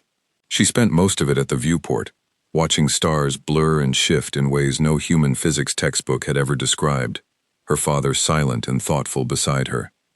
When Heartlight finally came into view, Maya understood, for the first time, the true scale of what her research had only ever hinted at. It was not a planet, not exactly, but something built, layer upon layer of pale, glowing structure, wrapped around a bright, steady point of light at the galaxy's very center, home to more people, more species, more history than Maya's mind could fully hold at once. Nothing in her imagination, however vivid, had prepared her for the reality of arriving at the center of the galaxy for the first time. As their shuttle descended toward the docking platform, she pressed her hand flat against the viewport, watching towers taller than any mountain she had ever climbed rise up around them, each one glowing faintly from within, patterned with soft, shifting lights that seemed to breathe in slow, unhurried rhythms. Below, she could make out gardens of impossible size, rivers of light instead of water, and shapes moving through the streets that belonged to more species than she could count in the brief moments she had to look. It struck her, watching it all pass beneath them, that this entire vast, beautiful, careful city had existed the whole time, for her entire life, for every life that had ever been lived on Earth, quietly going about its business, a million years away from a small, forgotten world that had once been part of it. She did not know whether to feel wonder or grief or both at once. In the end, she decided, watching the light of Heartlight wash gently across her father's tired, hopeful face, that perhaps it was allowed to be both. Kale met them personally at the docking platform, his careful manner not quite hiding what looked, to Maya's now well-practiced eye, like genuine relief at seeing her again. "You came," he said. "I told you we would," Maya said. "This is my father, Fleet Admiral Marcus Reyes." Kale bowed his head in the formal Yathir greeting, then, after a brief pause, offered his open palm instead, the gesture Maya had taught him weeks ago aboard the Halcyon. "Admiral," he said, "thank you for trusting us enough to come." Marcus studied him for a long moment, the careful, weighing look Maya recognized from 30 years of watching her father judge people. "My daughter tells me you've been honest with her," he said finally. "Even when the truth wasn't comfortable. That matters to me more than any formal welcome, Archivist Vantor." "I have tried to be," Kale said. "I intend to keep trying, whatever happens tomorrow." He led them through Heartlight's quiet, glowing halls toward the quarters prepared for Earth's delegation, and Maya found herself watching him as much as she watched the impossible city around her, the careful way he moved through crowds of his own people, always half a step apart from the easy, practiced calm everyone else seemed to carry so naturally. "Does it bother you?" she asked quietly as they walked. "Being different from them, from your own people?" Kale was quiet for a moment. "I didn't used to think of myself as different," he admitted. "I thought I simply hadn't yet mastered the calm everyone else seemed to manage so easily. It's only these past weeks, knowing you, that I've started to wonder if perhaps I was never entirely built, the way my people expect their children to be built. I feel things more than I was taught to. I always assumed that was a flaw I needed to correct." "Where I come from," Maya said, "feeling things deeply usually gets called being human, or at least, being a good one." Something in Kale's expression shifted, softened, in a way Maya was beginning to recognize as the closest thing to a smile his careful features allowed. "Perhaps," he said, "that is exactly why Elder Vale chose me for this assignment, though I doubt she realized it herself at the time."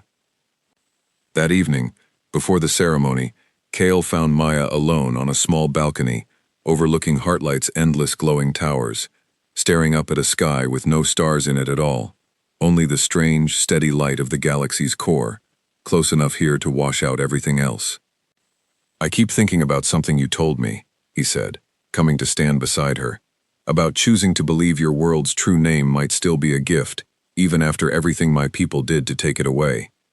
"I meant it," Maya said. "I still mean it. I have to believe that, Kale, or I don't know how to walk into tomorrow at all." "I want to tell you something," Kale said, "that I haven't told anyone else, not even Elder Vale. I am afraid, Maya, not of your world, of my own. I am afraid that tomorrow we will do something enormous to a people we barely understand, wrapped in careful ceremony and good intentions, and call it wisdom, the same way my ancestors called the silencing wisdom a million years ago. I am afraid we have learned nothing at all in a million years of being afraid." Maya looked at him, this careful, quietly brave man from a world built entirely around never admitting fear out loud, and felt something warm and fierce rise in her chest. "Then don't let it happen the same way," she said. "You're not the same as your ancestors, Kale. You've spent weeks actually listening to us, actually asking what we think, actually admitting when you don't know something. That's not nothing. That might be everything, actually, compared to what happened before." "I hope you're right," Kale said quietly. "Tomorrow, I suppose. We'll find out together." They stood in silence for a while longer, two very different people from two very different worlds, watching the strange, borrowed light of the galaxy's heart, both of them quietly, privately afraid, and both of them, in their own careful ways, choosing hope anyway. The naming ceremony began at what Heartlight called the turn of first light, though there was no true sunrise at the galaxy's core, only a soft brightening of the ever-present glow that passed for morning here. The great central platform, where Kale had stood the night before with Eldervale, now overflowed with delegates from every corner of the concordance, gathered in careful circles, one inside the other, around a raised stage at the center. Above it all, suspended in soft light, hung the ancient device that would carry Earth's name into the ward itself, older than written history, its true purpose understood now only through fragments and careful guesswork. Maya stood with her father and the rest of Earth's small delegation near the front, close enough to see Eldervale's face clearly, as she took her place at the center of the stage. Kale stood just to the side, close enough that Maya could see his hands folded a fraction too tightly behind his back. The same small tell she had learned, weeks ago, meant far more than his calm expression let on. Orlin stood not far off, part of the wider crowd of Ether archivists invited to witness the ceremony they had spent their whole careers quietly avoiding. Beside him stood delegates from worlds Maya had no names for yet, a tall, silver-skinned being whose entire body shifted color slightly with the crowd's mood, a small cluster of beings who moved and seemed to think as a single unit, murmuring softly among themselves in a language made of overlapping tones. All of them had come, across distances Maya's mind could barely hold, to witness a single word spoken aloud. Above the platform, the sky of Heartlight, if it could be called a sky at all, shimmered faintly, catching and scattering the light of the ancient device, suspended at the ceremony's center, so that for a brief, strange moment, it looked almost as though the entire city were holding its breath alongside the crowd gathered within it.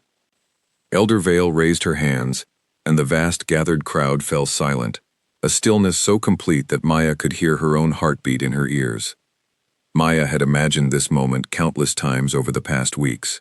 In daydreams she barely admitted to herself, but nothing had prepared her for the sheer size of the silence that fell across that platform. Thousands of beings, from dozens of worlds, all holding whatever passed for their breath at once, waiting on a single word that belonged, in some strange and complicated way, to her own small, blue, unremarkable planet. She found herself gripping her father's hand so tightly her knuckles ached, and did not loosen her grip, not even slightly, until long after Eldervale had finished speaking. "Long ago," Eldervale said, her voice carrying easily across the enormous platform without any visible effort, "our ancestors made a choice out of fear.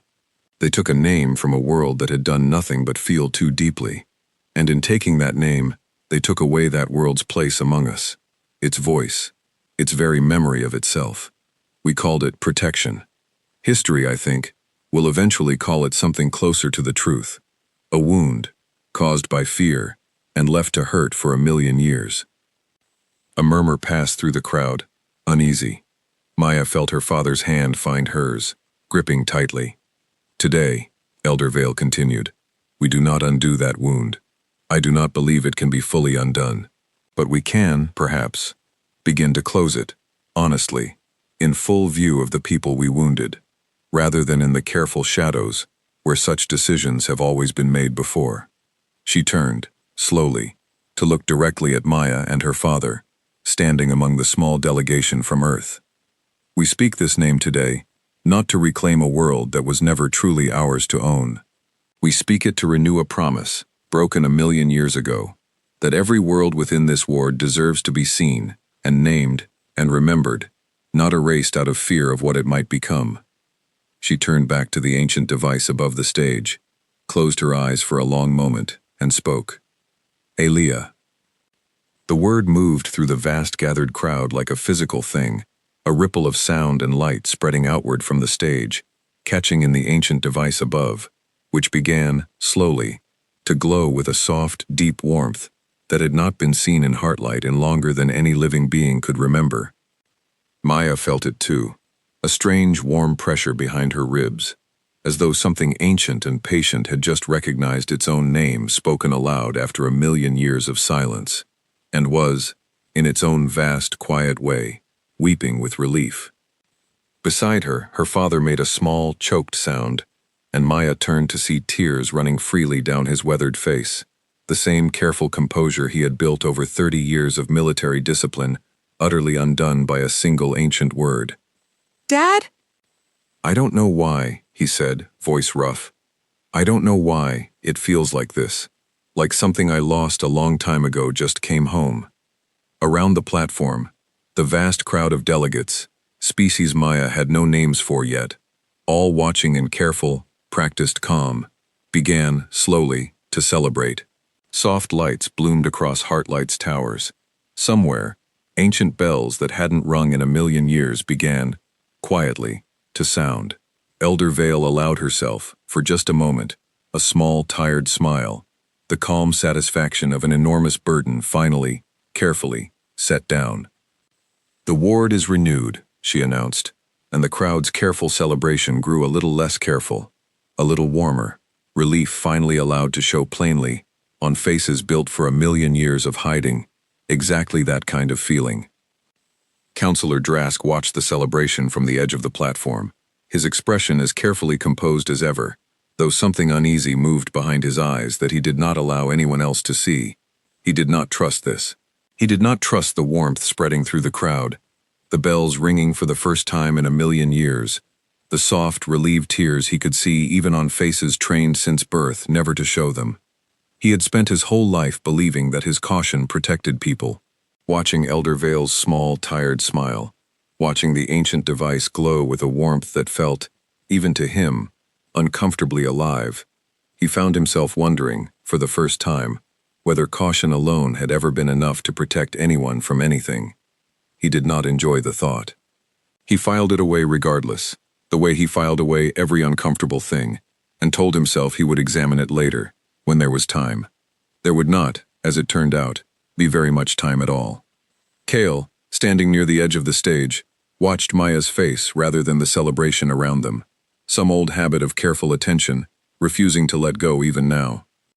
"You don't look like you're celebrating," he said quietly, coming to stand beside her. "I don't know what I'm feeling," Maya admitted.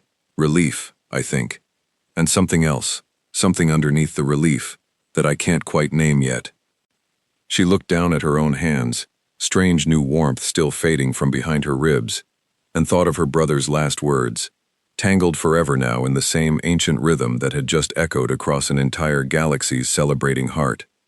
Somewhere, far behind her, back on a small blue world she suddenly, desperately missed, she wondered if anyone else felt it too. She had no way of knowing yet just how right that instinct was. 6,000 light-years away, on the small, ordinary blue world that had just had its oldest name spoken aloud for the first time in 1,000,000 years, something ancient finally, quietly, woke up. It began beneath the ice of a moon few people on Earth had ever paid much attention to, a structure buried so deep and so well hidden that no human survey had ever found more than the faintest trace, easily explained away as unusual mineral deposits. For 1,000,000 years, that structure had waited, patient, beyond any human understanding of patience, for a single word to reach it across the impossible distance between Earth and the galaxy's core. When the word finally came, carried on some resonance older than light itself, the structure began, slowly, deliberately, to wake. Across Earth, in that same quiet moment, millions of people felt something shift, though almost none of them could have named what it was. A grandmother, in a small coastal village, looked up suddenly from her cooking, eyes wet with sudden, unexplained tears, murmuring a name from an old family story she'd nearly forgotten. A father walking his young son home from school stopped in the street, filled with a wave of feeling he couldn't explain, and knelt down to hug his son so tightly the boy laughed and asked what was wrong. Nothing was wrong. Everything, in that strange, quiet moment, felt suddenly, achingly right, in a way none of them had words for yet. In a hospital on the other side of the world, a nurse finishing a long night shift stopped mid-step in a quiet hallway, suddenly and inexplicably certain that everything, somehow, was about to be all right, though she could not have said why, or all right for whom. In a small fishing boat far out at sea, an old sailor who had spent his whole life mistrusting the old family stories about a silent sky looked up, for no reason he could explain, and found himself, for the first time since he was a boy, saying a name he hadn't spoken aloud in 60 years, a name his own grandmother had taught him in a whisper, as though it were something too precious and too dangerous to say out loud. None of them understood in that moment what they were feeling, or why. They only knew that something old and patient, buried deep beneath the ordinary business of their lives, had just, very gently, opened its eyes. Marcus Reyes, still standing on the great platform at Heartlight, felt it too, that same strange warmth behind his ribs, and somewhere in his chest, a certainty bloomed that he could not explain and did not try to fight. 200 kilometers beneath the ice of that quiet, overlooked moon, the ancient structure fully woke for the first time in a million years, and began, gently, patiently, to call. It called to every dormant piece of itself scattered quietly across Earth's solar system, small structures hidden beneath oceans, beneath deserts, beneath the ice of distant moons, all of them part of the same ancient system, built long before the silencing, when Earth's people still remembered they were part of something far larger than their own small blue world. And it called, too, to a young man who had stumbled into its outermost edge 6 years before, curious and unafraid in the way of pilots and explorers everywhere, and had been gently, carefully held ever since, in something not quite sleep and not quite death, waiting, without knowing it, for exactly this moment. Daniel Reyes opened his eyes for the first time in 6 years, in a soft, warm darkness that felt, impossibly, like it had only been a few minutes since he'd last closed them. He remembered, all at once, a strange structure looming ahead of the meridian, his own voice asking permission to investigate, a moment of overwhelming, gentle brightness, and then nothing, until now. "Hello," said a voice that was not quite a voice, gentle and old and patient beyond anything human. "You have been waiting a long time, though it will not have felt that way to you. Your world has spoken its name again. It is time to go home." Daniel sat up slowly, in a chamber of soft, ancient light, surrounded by machinery that felt, somehow, both utterly foreign and deeply, achingly familiar, as though some part of him had always known it was there, waiting. "My family," he said, voice rough with disuse. "My sister, my father. Do they know? Are they safe?" "They are further from home than you are right now," the voice said. "But they are safe, and I believe, very soon, they will need you more than they have ever needed anyone." Across the solar system, in structures long buried and long forgotten, similar chambers opened, similar patient machinery stirred to life. And somewhere beneath the awakening, a fleet began, slowly, deliberately, to rise. Ships unlike anything modern Earth had ever built, grown rather than built by hand, glowing softly, with the same warm light that had briefly touched every human heart on the planet in that strange, unexplainable moment, carrying within them a handful of ordinary people, like Daniel, who had wandered close enough to the old dormant system to be gently gathered up and kept safe, waiting for a call none of them had known was coming. Daniel was not the only one who opened his eyes that day. In another chamber, buried beneath the red sands of a distant desert research outpost, a young geologist named Sophia Marchetti, who had gone missing during a routine survey 3 years earlier and was long presumed dead, woke with a soft gasp, staring up at a ceiling of soft light she did not recognize, but somehow, impossibly, trusted completely. In a third chamber, hidden deep beneath polar ice, an elderly fisherman who had vanished during a storm 11 years before, opened eyes that had, until that moment, not aged a single day, and found himself weeping without knowing exactly why. One by one, across the solar system, in numbers no one on Earth would fully understand for weeks to come, the old, patient system gathered its scattered, quietly kept wanderers and carried them gently home, each of them waking into a world that had grieved them and moved on without them, and never once stopped hoping, in some small, stubborn corner of itself, that they might someday return.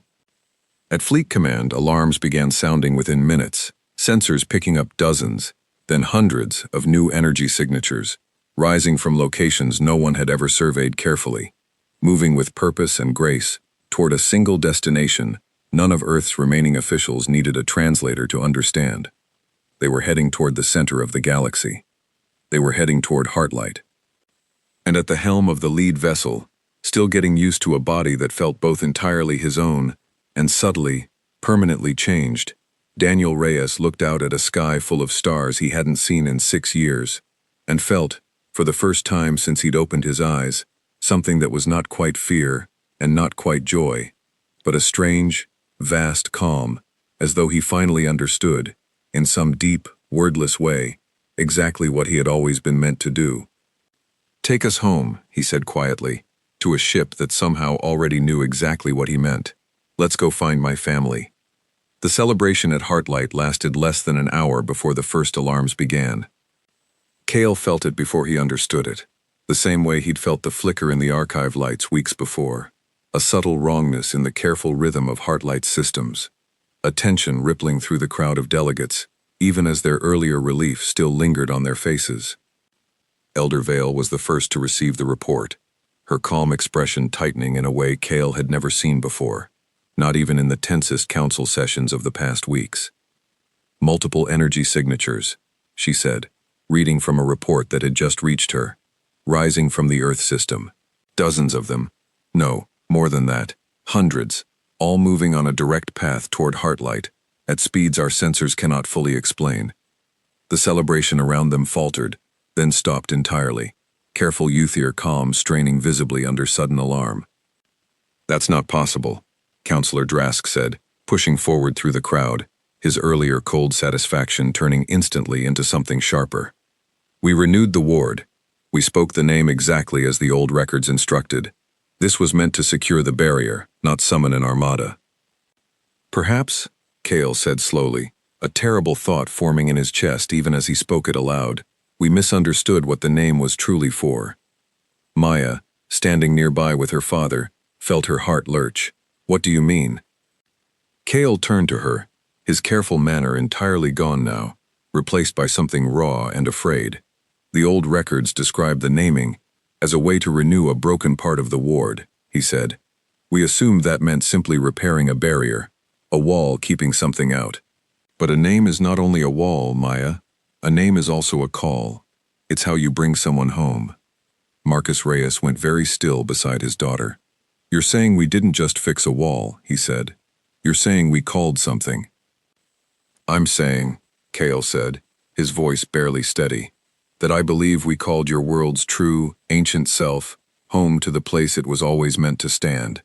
And I do not know, not for certain, whether what is rising from Earth right now considers itself here to make peace, or to demand an answer for 1,000,000 years of silence none of us have ever properly explained." Around them, Heartlight's careful calm dissolved into barely controlled chaos, delegates from a dozen worlds demanding information, defensive systems activating with a low, uneasy hum that Cale had never once heard in his entire quiet life at the galaxy's heart. Elder Vale, watching the report scroll past with growing dread, turned slowly to look at Maya and her father, the last of her careful calm finally cracking into something that looked, unmistakably, like fear.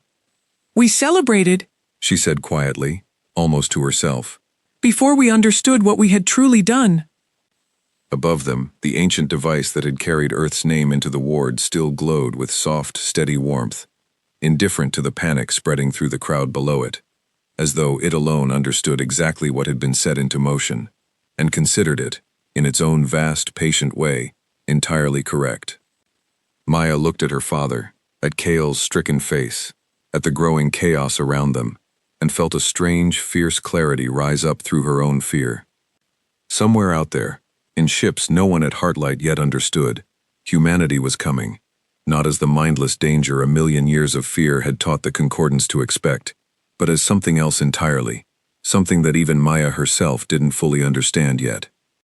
She thought, with a sudden, breathless certainty she couldn't explain, of her brother's face. "Whatever's coming," she said quietly, mostly to herself, "I don't think it's here to hurt anyone. I think it's finally coming home." She hoped, with everything she had left, that she was right. Because across the vast, darkening distance between two worlds that had been kept apart for 1,000,000 years by nothing more than an old, unexamined fear, Earth's ancient fleet was already halfway to Heartlight, carrying within it a truth far stranger and far more hopeful than anyone gathered on that trembling platform yet understood. The galactic core had celebrated too soon. Humanity was almost home. For 6 hours, Heartlight held its breath. Every defensive system the Concordance possessed came online in that time, ancient weapons platforms that had not been tested in centuries stirring reluctantly to life. Entire fleets pulled back from routine patrols to gather in a nervous, glittering ring around the galaxy's core. Counselor Drask argued, loudly and repeatedly, for a strike first, some way to stop whatever was coming before it arrived close enough to do whatever it intended to do. Elder Vale refused, though Kale could see the toll that refusal was taking on her, each hour stretching her careful calm thinner and thinner.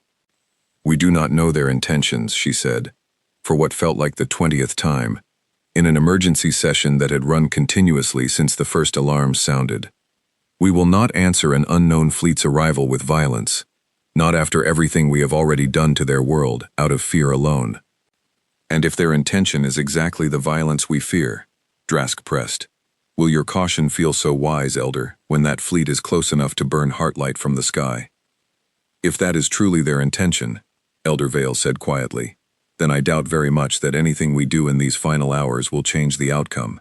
But I will not spend what may be the last calm moments of 1,000,000 years of peace, teaching an entire galaxy that our first response to fear is always violence.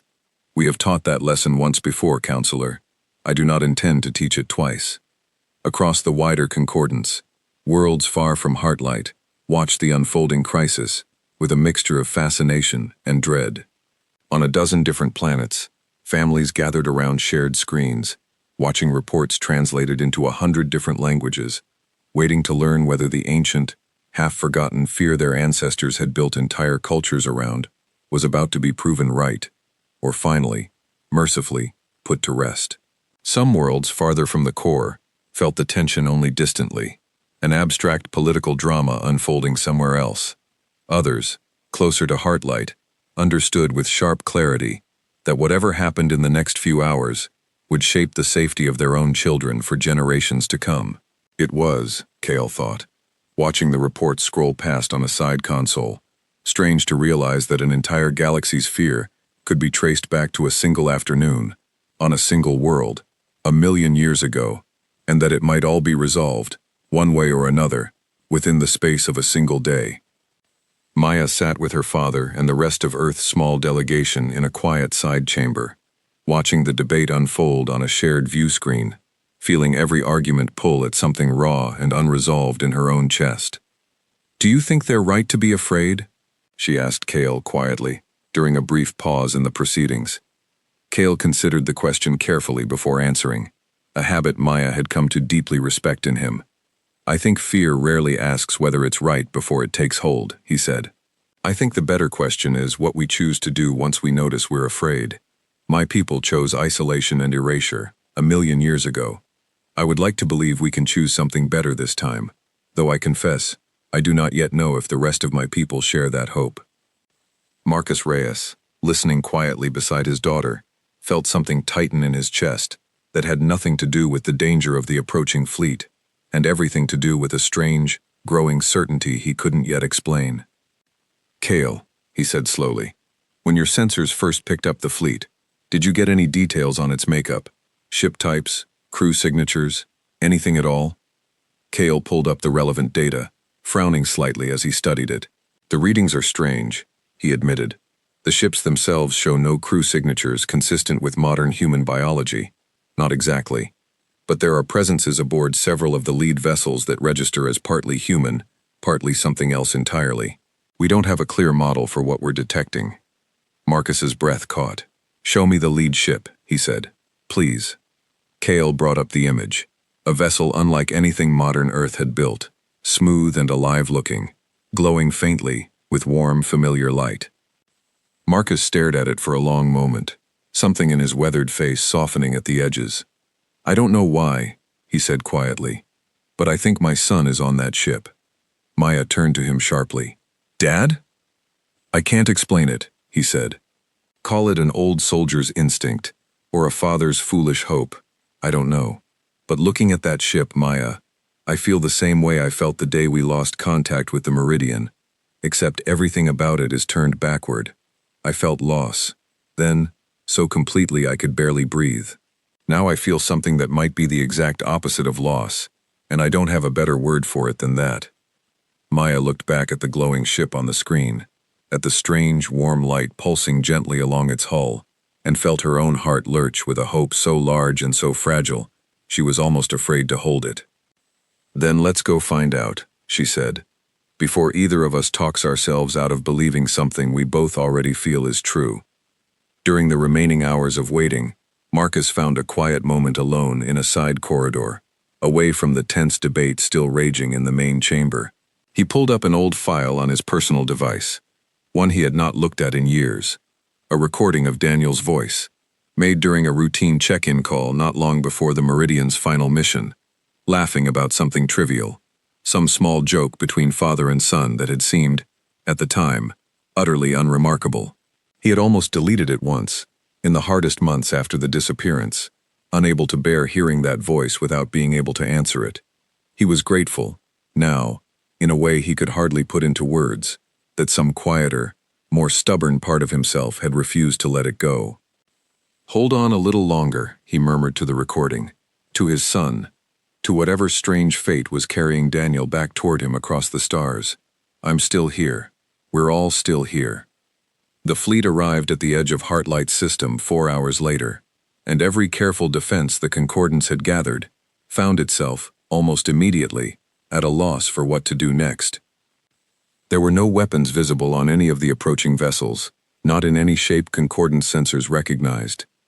The ships themselves defied easy sorting, smooth, curved, glowing softly from within, more like something grown from careful hope than built from cold calculation. They moved with a strange, unified grace. Hundreds of vessels of wildly different sizes, from small, quick shapes barely larger than the ancient probe that had started everything, to a single enormous ship at their center that dwarfed even Heartlight's largest defensive platforms.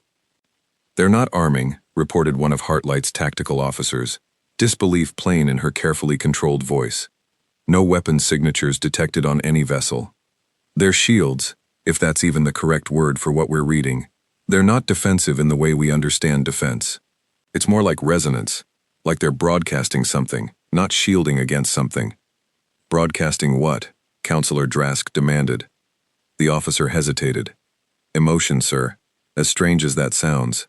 Our sensors are picking up something that resembles the old pre-silencing emotional patterns, the ones described in the archive's most restricted records, except stronger, steadier, not the wild, uncontrolled surge our history warns us about. Something that feels, for lack of a better word, deliberate. Beside her, a younger tactical officer, barely out of training, found herself unable to look away from the readings scrolling across her own console, her carefully practiced composure slipping for just a moment into open astonishment. She had spent her entire short career training for exactly this kind of crisis, running simulation after simulation of hostile contact, defensive maneuvers, worst-case scenarios. Nothing in her training had prepared her for a fleet that approached, not with weapons drawn, but with something that read, on every instrument she had, like an open hand. I don't know how to file this in the report, she admitted quietly to her superior. There's no category for, they came in peace, and we don't understand why we're still afraid of them anyway. Her superior did not have an answer for her either. Cale, listening from Heartlight's central command chamber alongside Maya and her father, felt something shift in his understanding of everything he thought he knew. They're not hiding what they feel, he said slowly. They're not hiding anything at all. On the main view screen, the enormous lead vessel drew close enough for detailed imaging, and the chamber fell silent at the sight of it. A ship shaped almost like something living, its surface patterned with soft, shifting light that seemed, the longer anyone watched it, to actually respond to the emotions of those observing it, brightening subtly with every wave of fear or hope that passed through Heartlight's command chamber. It's not a warship, Maya said quietly, almost to herself. It's not built to fight at all. It's built to feel, and to be felt. That's the whole point of it. How can you be certain? Elder Vale asked, her voice carrying clearly across the tense chamber. Maya looked at the ancient elder, at the fear and hope tangled together on her carefully composed face, and thought of 6 years spent chasing myths that everyone else had dismissed as meaningless. Because that's what my brother's ship was testing, 6 years ago, she said. A new kind of engine, built around resonance instead of raw force. Everyone at Fleet Command thought it was just an experimental curiosity. I think now it might have been an echo of something much older, something that finally woke up completely when your naming ceremony called it home. A new signal reached Heartlight then, clear and unmistakable, translated instantly by systems that had spent weeks learning to read human language from countless hours of Kale and Maya's shared work. A single voice, calm and steady, broadcasting from the enormous lead vessel to every ship and station gathered around the galaxy's core. "This is Daniel Reyes," the voice said, speaking on behalf of the returning people of Aelia. "We have come a long way to be here. We did not come for war. We came because our world's true name was finally spoken again, after 1,000,000 years of silence, and something in us that remembered what that name truly meant simply woke up and came home." A brief pause, filled with something that sounded, even through the careful translation, unmistakably like emotion held carefully in check. "We would like to speak with whoever is willing to listen. We have a great deal to say to each other, I think, after 1,000,000 years apart." The chamber erupted into a dozen overlapping reactions at once. Relief, disbelief, renewed suspicion, cautious hope. But Maya heard none of it clearly, her entire attention fixed on a single name, spoken aloud across the vastness of space. "Dad," she said, voice shaking. "Dad, that's Daniel. That's his voice." Marcus Reyes stood frozen for a long moment, staring at the glowing ship on the view screen, at a voice he had believed silenced forever, 6 long years ago. "Get me a direct channel," he said, his own voice breaking entirely for the first time and longer than Maya could remember. "Please.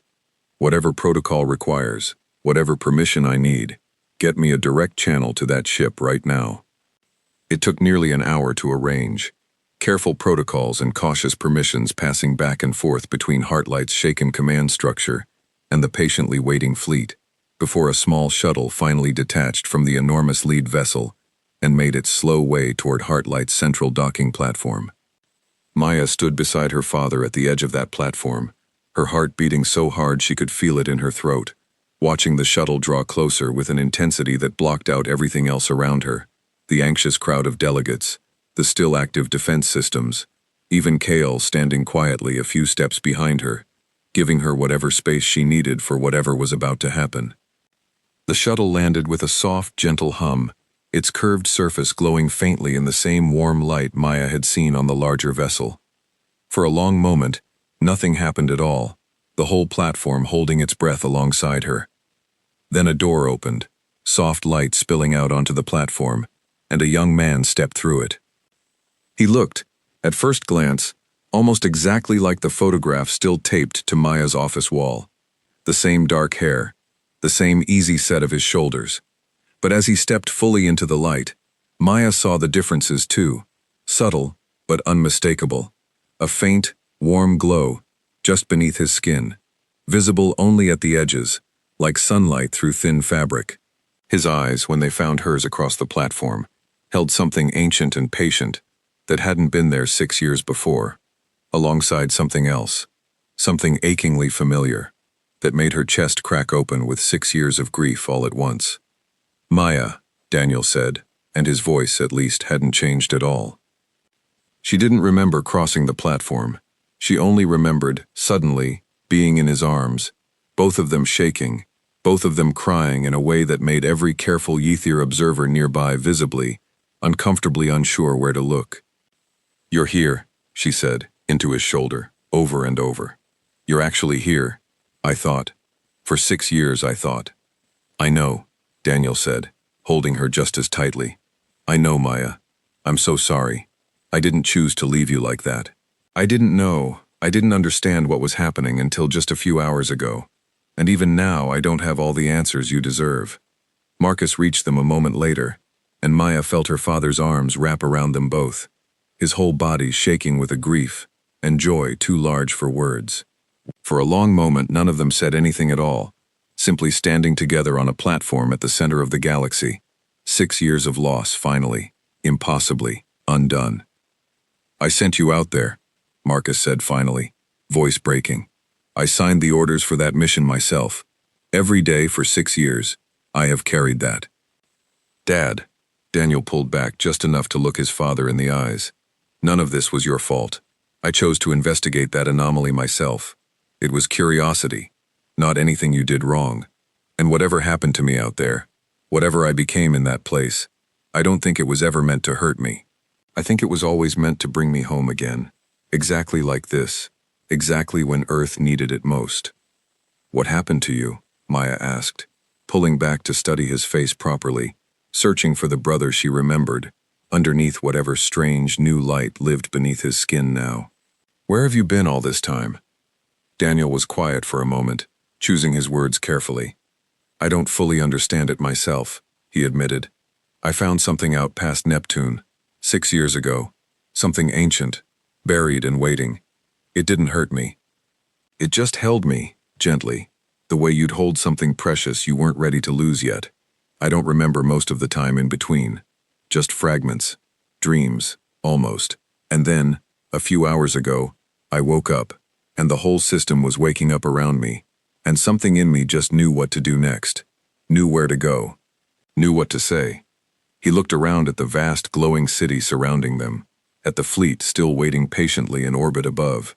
"I think I'm still becoming whatever this is going to make of me, Maya. But I know one thing for certain. I know I'm still your brother. Whatever else I am now, that part hasn't changed." Maya reached up and pressed her palm gently against his cheek, feeling the faint, unfamiliar warmth beneath his skin, and beneath it, something entirely familiar. The same steady, patient kindness she remembered from her whole childhood. "That's enough for me," she said quietly. "Whatever you've become, Daniel, I don't care. As long as some part of you is still the same person who used to let me win at cards, so I wouldn't cry about losing." Daniel laughed, wet and sudden and entirely achingly human. "I always let you win," he said. "You were always better than me anyway. I just liked seeing you happy." A small distance away, Cale watched the reunion with an expression Maya had never seen on his careful face before. Something raw, something moved, something that looked, unmistakably, like the beginning of real hope. "Is that a common human response?" he asked quietly, to no one in particular. "That kind of joy, so large it looks almost like grief." "It's what happens," Maya said, overhearing him, wiping tears from her own face, without any embarrassment at all, "when love gets a chance to come home, after everyone was afraid it never would." Cale said nothing for a long moment, simply watching the small, tightly held family in front of him, and thought, with a growing certainty that settled something old and uneasy in his chest, that whatever fear had shaped his people's understanding of humanity for 1,000,000 years, it had never once accounted for this. Not danger, not chaos, not the wild, destructive grief his ancestors had feared above everything else, but simply, achingly, this. Love, plain and undisguised, strong enough to survive 1,000,000 years of silence and come home anyway. On Earth, Daniel's broadcast had reached every screen and speaker within minutes, replayed instantly across every network in every language humanity possessed. People stopped in streets and kitchens and classrooms to listen to a voice that sounded, unmistakably, like one of their own, speaking calmly from the heart of an alien fleet that had, until that moment, terrified half the planet. In the small coastal town where Maya had grown up, her childhood neighbors gathered in the town square around a single large screen, many of them crying openly, some of them cheering, a few standing in stunned, uncertain silence. An old woman who had once taught Maya in primary school turned to the person beside her and said quietly that she had always believed the old stories were more than just stories, and that she was glad, whatever else happened next, that she had lived long enough to be right. Not everyone reacted with relief. Some governments issued careful, guarded statements, unwilling to celebrate before they understood the full situation. Some people, frightened by the sheer scale of what had happened, the disappearance of an entire hidden fleet, the sudden, impossible return of the lost, argued loudly that humanity was walking blindly into a trap dressed up as a homecoming. But for every voice raised in fear, Maya's own recorded messages, replayed constantly now across every channel, offered something steadier to hold on to. A woman who had spent 6 years being told to let go of an impossible hope, finally, publicly, proven right. Orlin found Cale in a brief lull before the council convened, pressing a datapad into his hands. "I pulled every fragment I could find on the joining ritual while you were in the command chamber," he said. "It isn't much, but I thought you should have it before you walk back in there." Cale scanned the fragments quickly. Old damaged records his own hands had catalogued a dozen times without ever truly reading. "Thank you," he said, "for this, and for not once, in all these weeks, treating me like I'd lost my mind for believing any of this mattered." "You hadn't lost your mind," Orlin said. "You'd simply started asking questions the rest of us were too comfortable to ask. I don't think that makes you reckless, Cale. I think it might be the most careful thing anyone in this archive has done in a very long time." He paused. "Be careful out there, whatever happens next. I would rather keep arguing with you over old records for another 50 years than lose you to a piece of history none of us fully understand yet." "I intend to keep arguing with you for at least that long," Cale said, managing a small, tired smile. "Whatever this ritual asks of me, I don't plan on making it my last conversation with an old friend." The formal meeting between Earth's returning fleet and the Concordance Council convened within hours, in the same great chamber where Elder Vale had spoken Elia's name only a day before. Daniel stood at the center of Earth's delegation now, alongside Maya, Marcus, and a small handful of others gathered from the awakened fleet. Ordinary people like him, wanderers and explorers, who had stumbled into the old dormant system over the years and been quietly kept safe until this moment.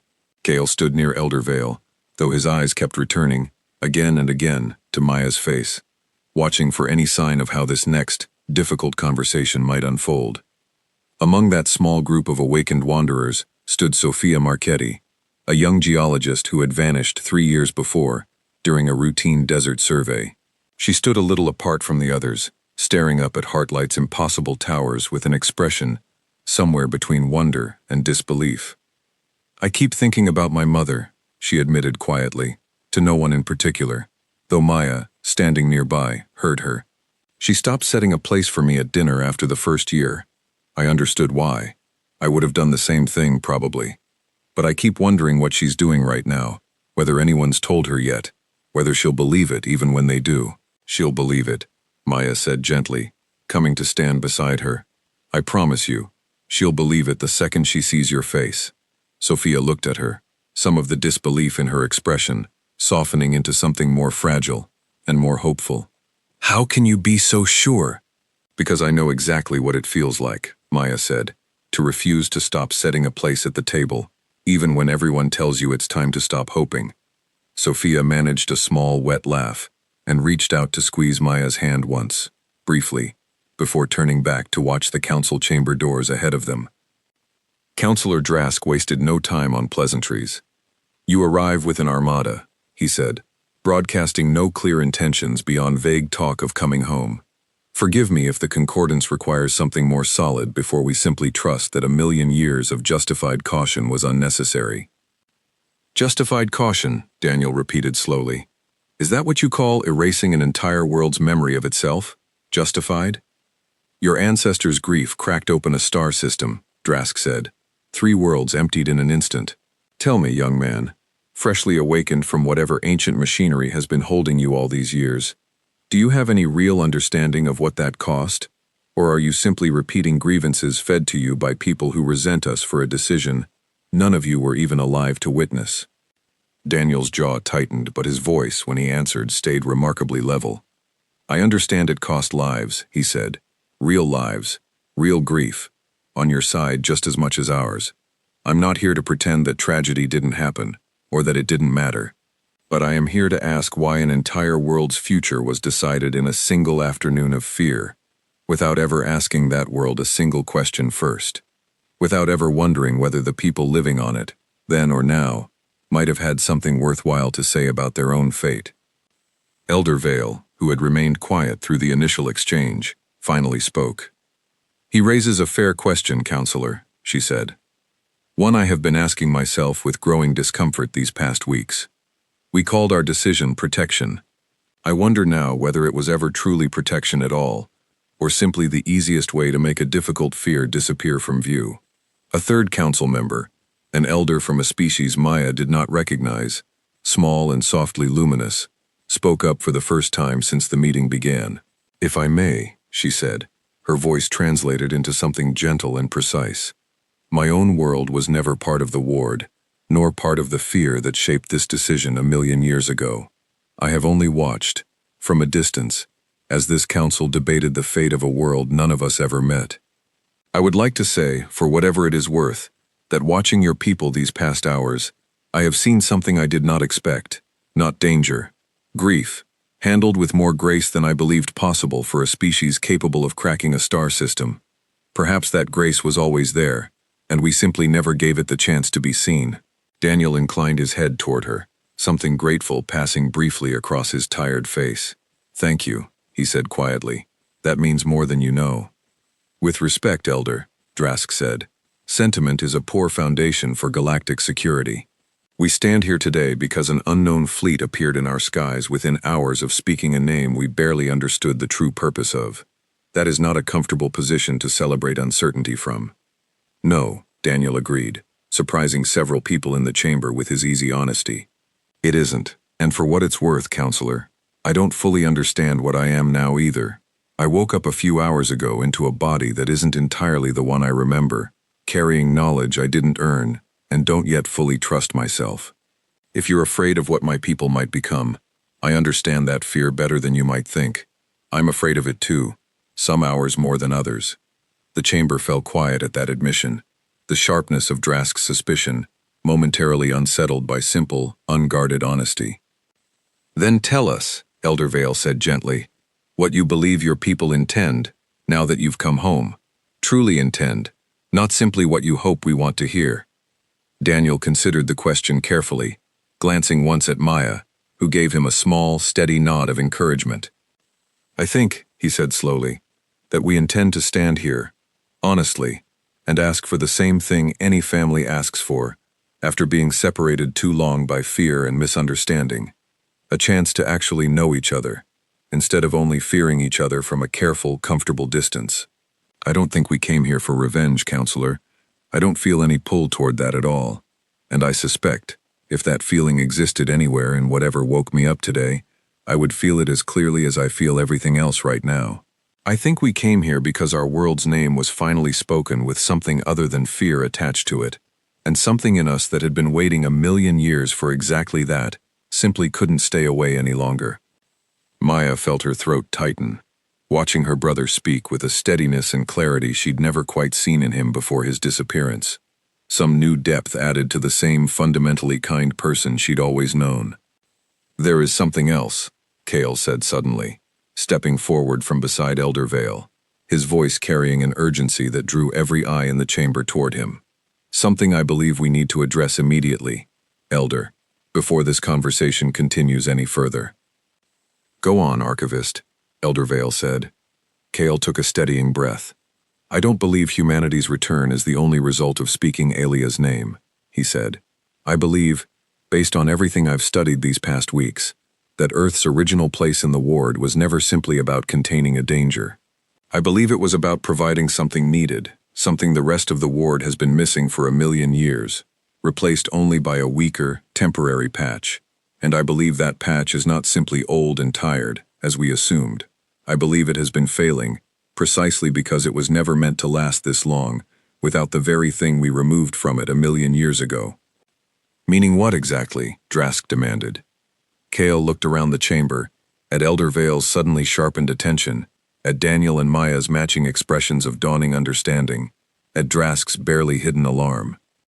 Meaning, Cale said quietly, that we did not simply call Earth's people home today. I believe we may have also, without knowing it, weakened whatever remained of the barrier holding back the hollow, in the exact moment we needed that barrier to be strongest. As if summoned by his very words, the chamber's ambient lights flickered once, sharply, and somewhere deep beneath Heartlight's careful towers, an alarm began to sound that no one gathered had ever heard before in their entire, carefully ordered lives. The alarm turned out to be the first sign of something far worse than anyone in that chamber had been prepared for. Reports flooded in within minutes. A section of the outer ward, the ancient barrier surrounding Heartlight's system, had simply gone silent.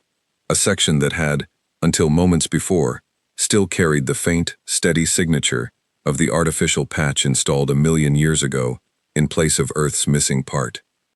"It's failing faster than our models predicted," reported a visibly shaken tactical officer, her careful calm entirely abandoned now.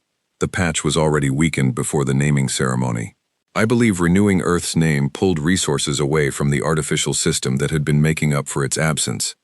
Resources the old records suggest should have transferred smoothly back to Earth's renewed part. Except Earth's fleet is here, at Heartlight, rather than back at their proper position within the ward itself," Elder Vale finished quietly, understanding dawning across her ancient face with visible dread. "We didn't know we had a position to hold," Daniel said. "No one told us any of this.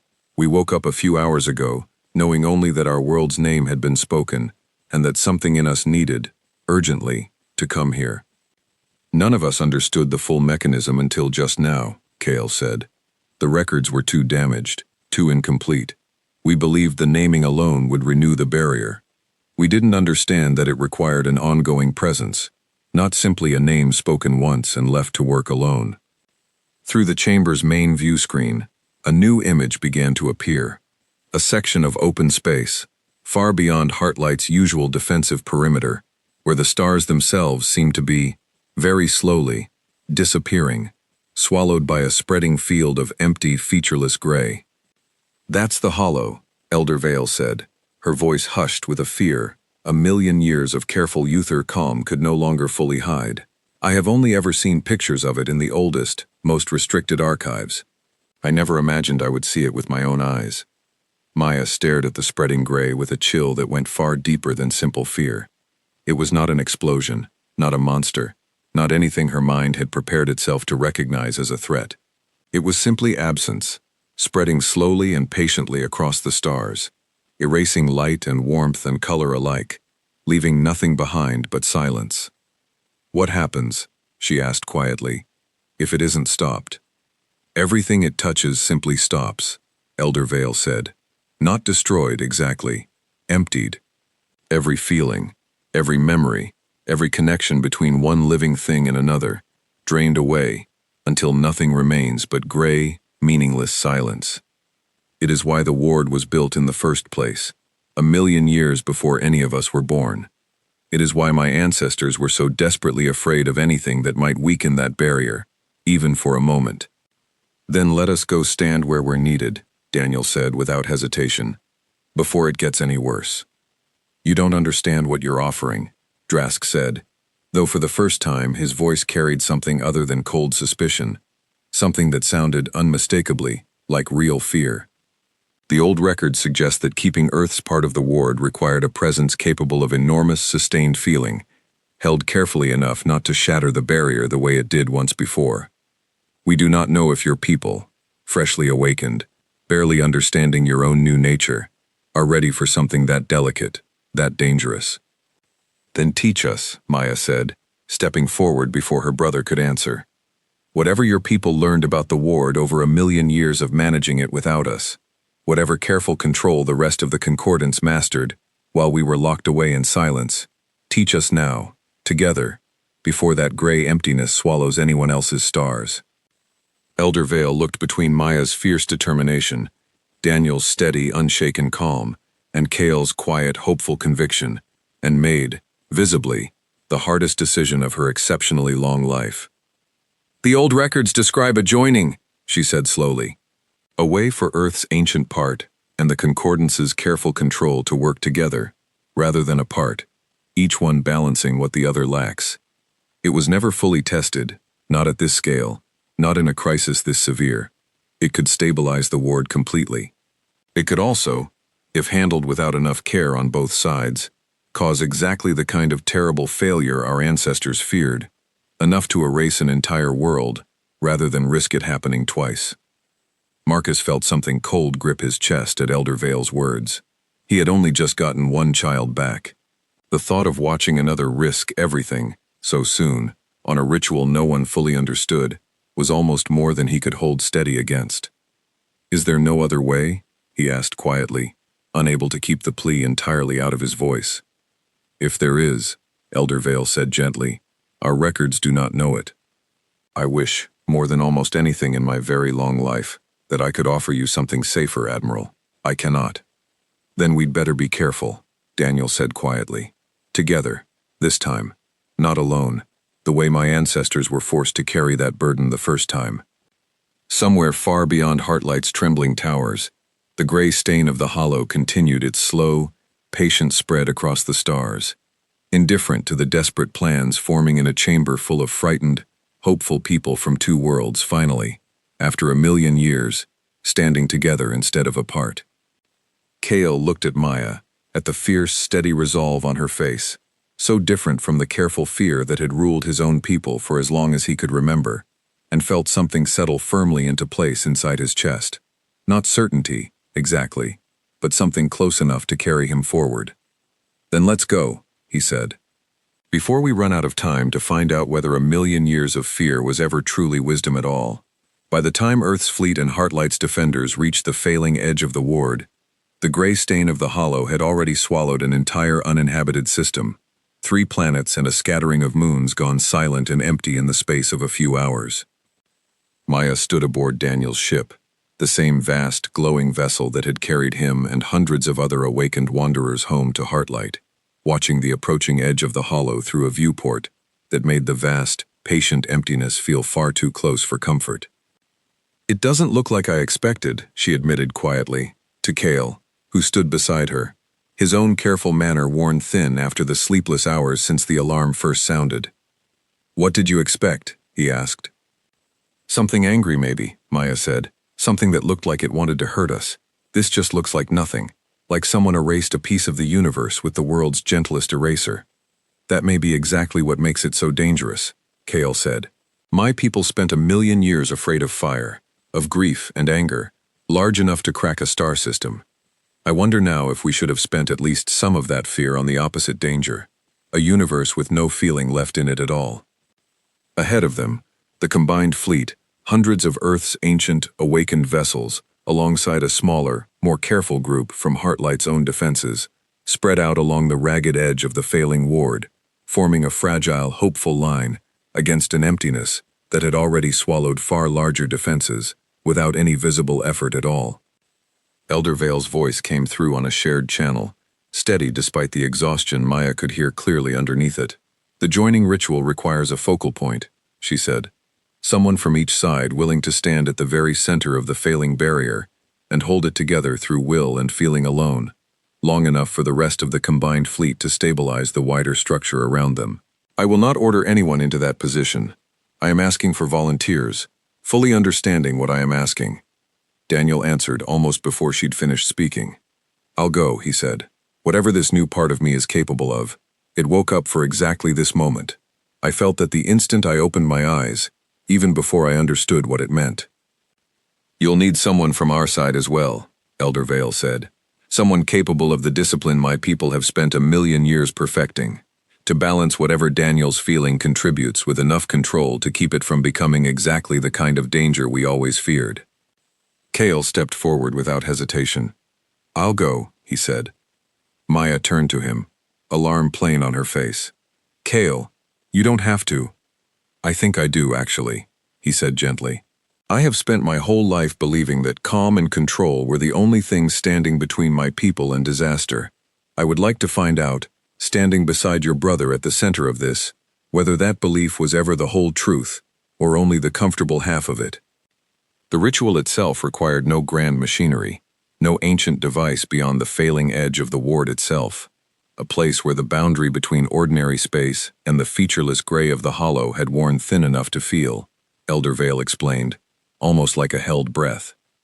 Daniel and Kale took their positions there, in a small shuttle stationed at the exact center of the weakest point in the barrier, while the combined fleet spread out around them, ready to draw strength from whatever the two of them managed to hold steady between them. "Remember," Elder Vale said, her voice carrying clearly across every connected channel, "this was never meant to be one side's burden alone. Daniel, let yourself feel everything, fully, without holding back the way your ancestors were taught to fear. Kale, hold that feeling steady, the way your people have always known how to do, but do not smother it. Let it breathe. That balance is the entire purpose of this ritual, a balance neither side has ever been asked to hold together before." For a long, breathless moment, nothing happened at all. Then, slowly, the gray edge of the hollow began, almost too slowly to notice, to slow its advance.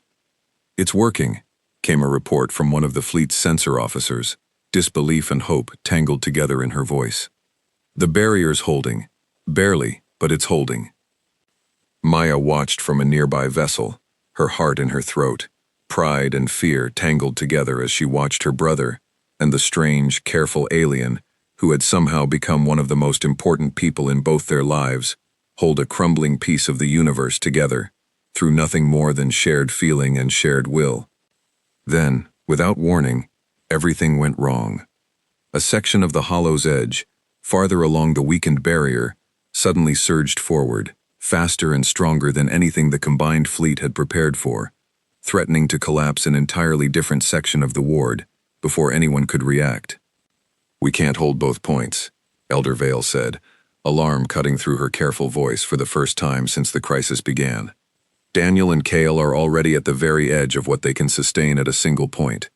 If that second breach isn't addressed immediately, it will overwhelm the entire barrier within minutes, here and everywhere else."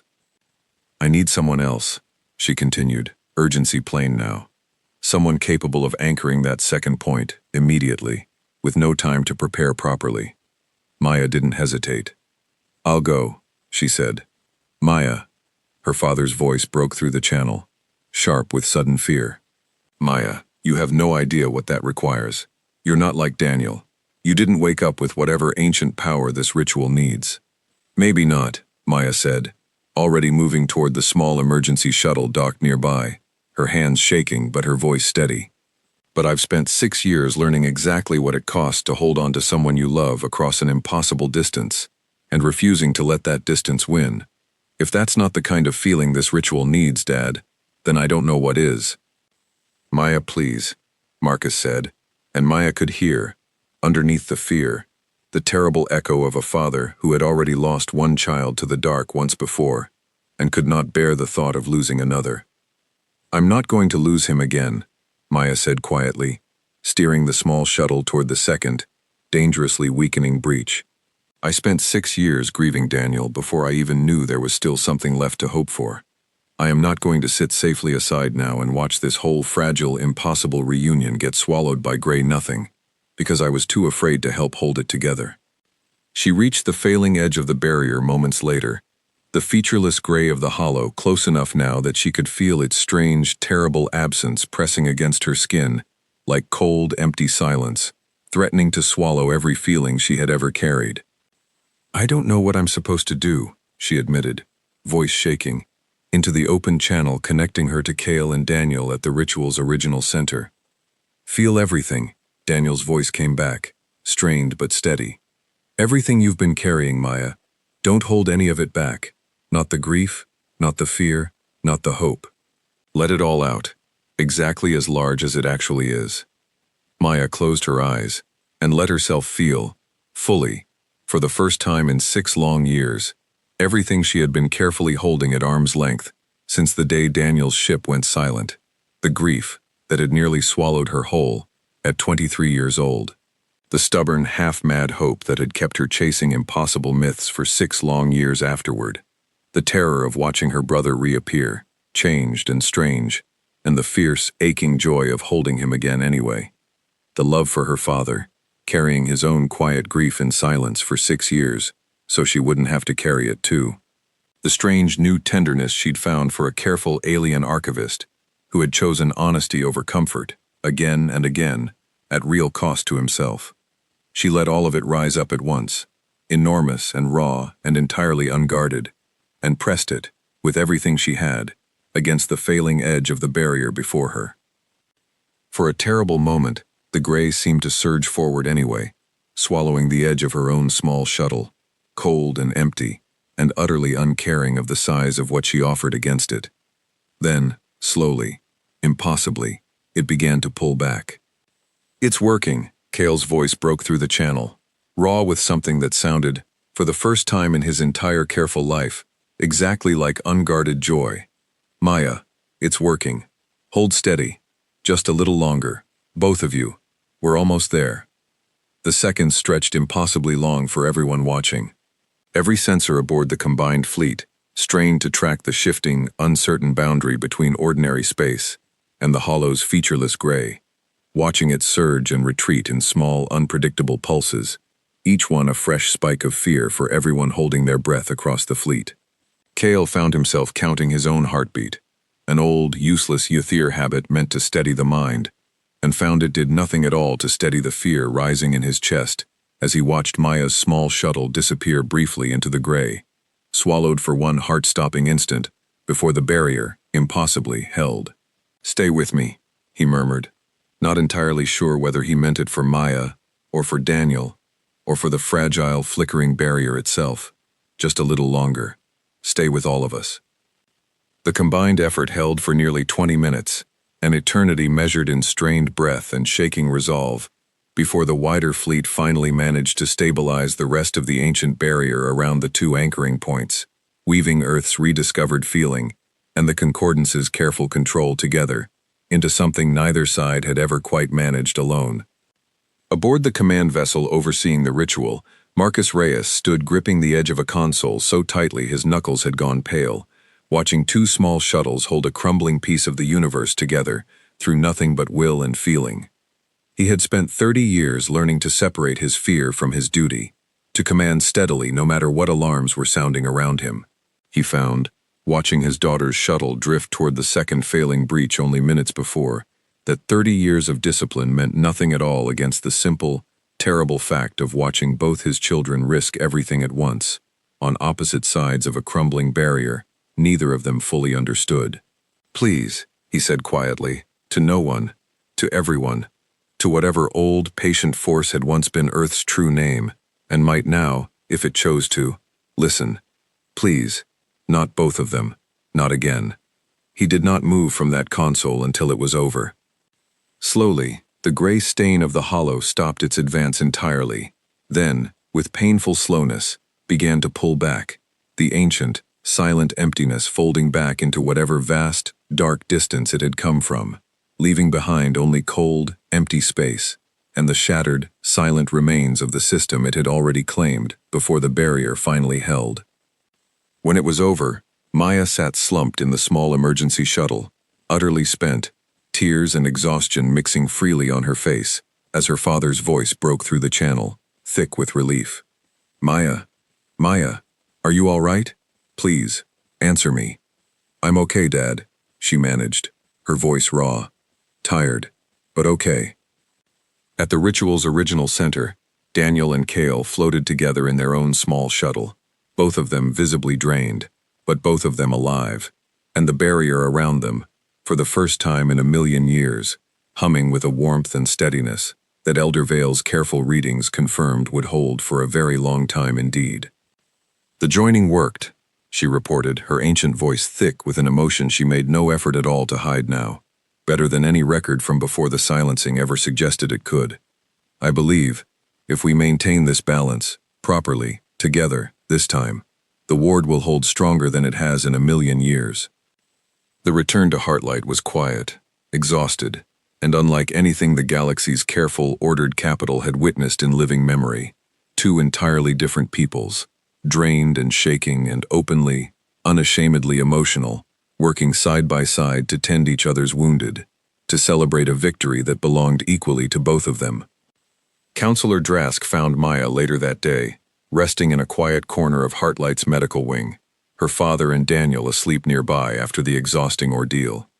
"I owe you an apology," he said stiffly, clearly unused to the words. "I spent this entire crisis certain your people represented nothing but the same danger my ancestors feared a million years ago. I did not expect this." He gestured vaguely at the quiet, exhausted room around them. "I did not expect that the very thing we feared most about your world would be the thing that saved the rest of us today." "I understand why you were afraid," Maya said, too tired for anger. Only a quiet, worn honesty left in her voice. "Your people watched something terrible happen once, a long time ago, and built an entire civilization around making sure it never happened again. That's not foolish, counselor. It's just incomplete. Fear that never gets to ask a second question isn't wisdom. It's just fear, wearing a very patient, very careful mask." Drask was quiet for a long moment. "I would like to ask that second question now," he said finally, "if you're willing to answer it." Maya managed a tired, genuine smile. "I think we've got time," she said. "1,000,000 years worth, if we're patient enough to use it well this time."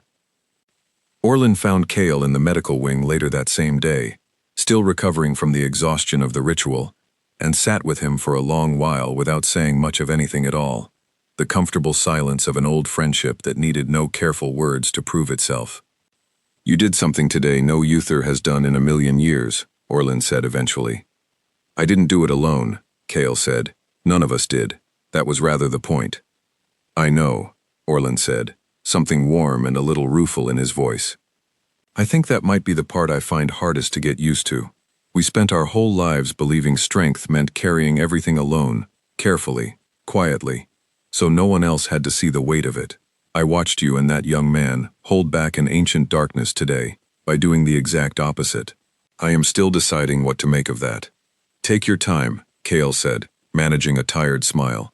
"I've had several weeks longer than you to get used to the idea, and I'm still deciding too."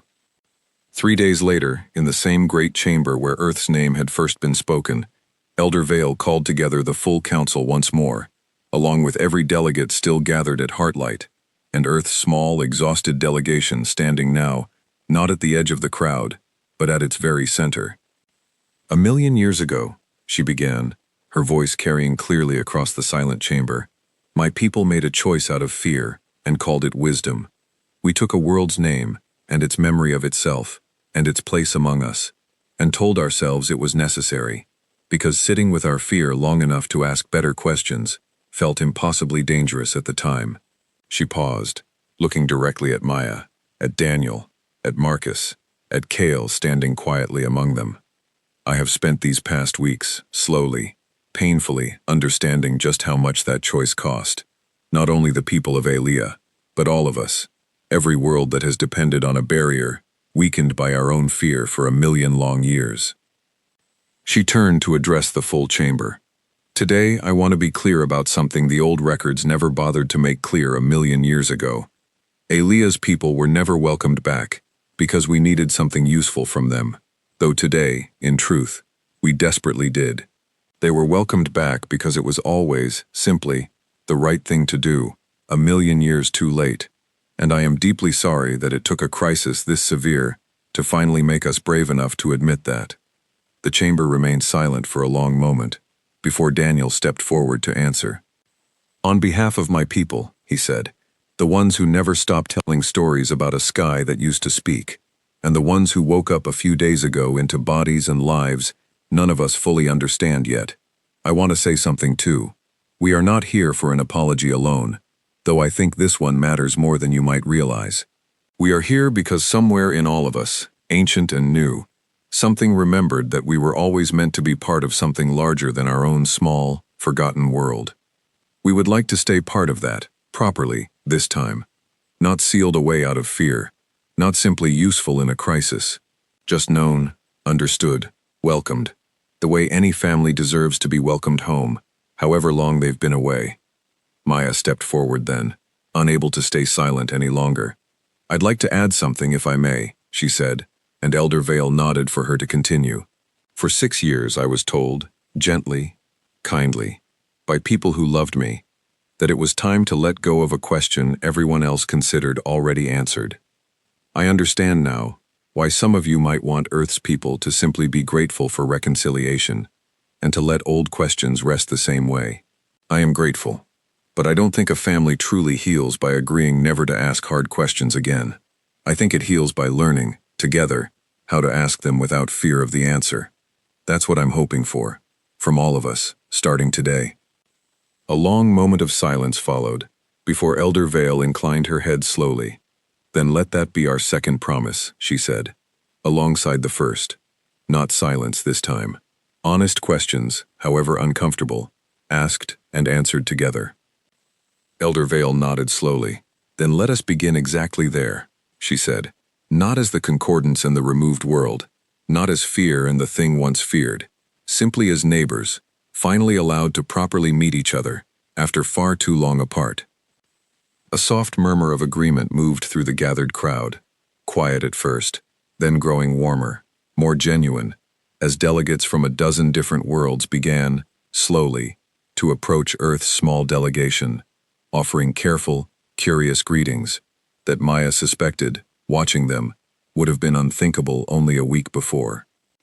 Kale found her afterward, on the same small balcony where they had stood together the night before the naming ceremony, looking out now at a sky that felt, somehow, entirely different than it had only a few days ago. "You look tired," he said gently. "I am tired," Maya admitted. "Good tired, though. The kind you earn." She glanced over at him. "You gave everything you had out there too, Kale. I haven't properly thanked you for that yet." "You don't need to thank me," he said. "I think, if anything, I should be thanking you. My whole life, I believed feeling too much was the most dangerous thing in the universe. You showed me something different. You showed me that feeling everything, fully, without flinching away from any of it, might actually be one of the bravest things a person can do." Maya smiled, warmth spreading slowly through the exhaustion still lingering in her chest. "Where I come from," she said, "we usually just call that being human. But I like your version too." They stood together in comfortable silence for a while, watching Heartlight's careful towers slowly return to their usual quiet rhythm, forever changed now in ways neither of them could fully predict yet, but changed, unmistakably, for the better.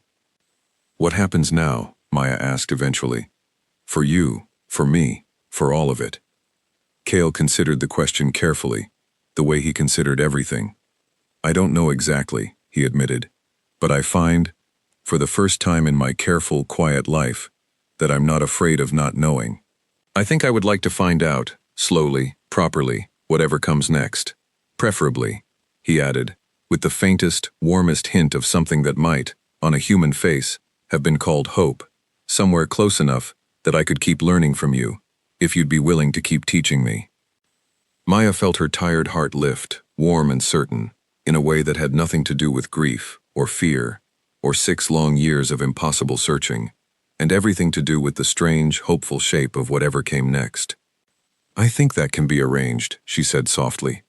"I think we've got a whole galaxy's worth of time to figure the rest out." Earth welcomed its wandering children home 3 weeks later, in a celebration unlike anything the small blue world had ever seen. Daniel's fleet, and the hundreds of quietly awakened wanderers aboard it, returned first, settling gently into orbit above a planet that had spent 6 long years believing at least one of them was lost forever. Maya stood beside her father on the same observation platform where this entire impossible journey had begun, watching the sky fill slowly with warm, familiar light, and felt something in her chest finally, completely unclench for the first time in 6 years. Not every reunion belonged to the Reyes family alone. Across the landing fields prepared hastily around the world to receive the returning wanderers, hundreds of smaller, equally overwhelming reunions unfolded at the same time. Sophia Marchetti stepped down into her mother's arms exactly as Maya had promised she would, both of them sobbing into each other's shoulders, while a small crowd of neighbors who had once quietly stopped mentioning Sophia's name looked on, unable to find words adequate to the moment. An elderly fisherman, gone 11 years without aging a single day, embraced grandchildren who had grown from toddlers into teenagers in his absence, and wept, unashamed, at how much of their lives he had missed, and how much, impossibly, he still had left to see. Maya watched these smaller, scattered miracles unfold around her own family's reunion, and felt something in her chest expand to hold all of it at once, her own relief, and theirs, tangled together into something larger than any single family's grief or joy could have been alone.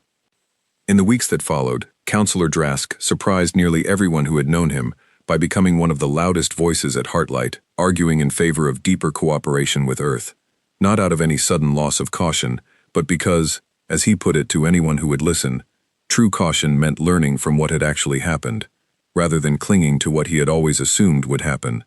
He requested and was granted a formal posting to the new Joint Council overseeing relations between Earth and the Concordance, a position no one, least of all Drask himself, would have predicted for him only a season before.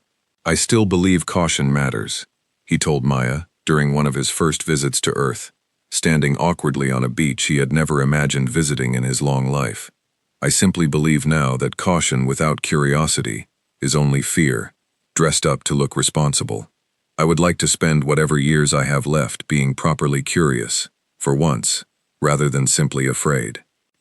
Across Earth, the return of its wandering children became the center of a global celebration unlike anything in recorded history.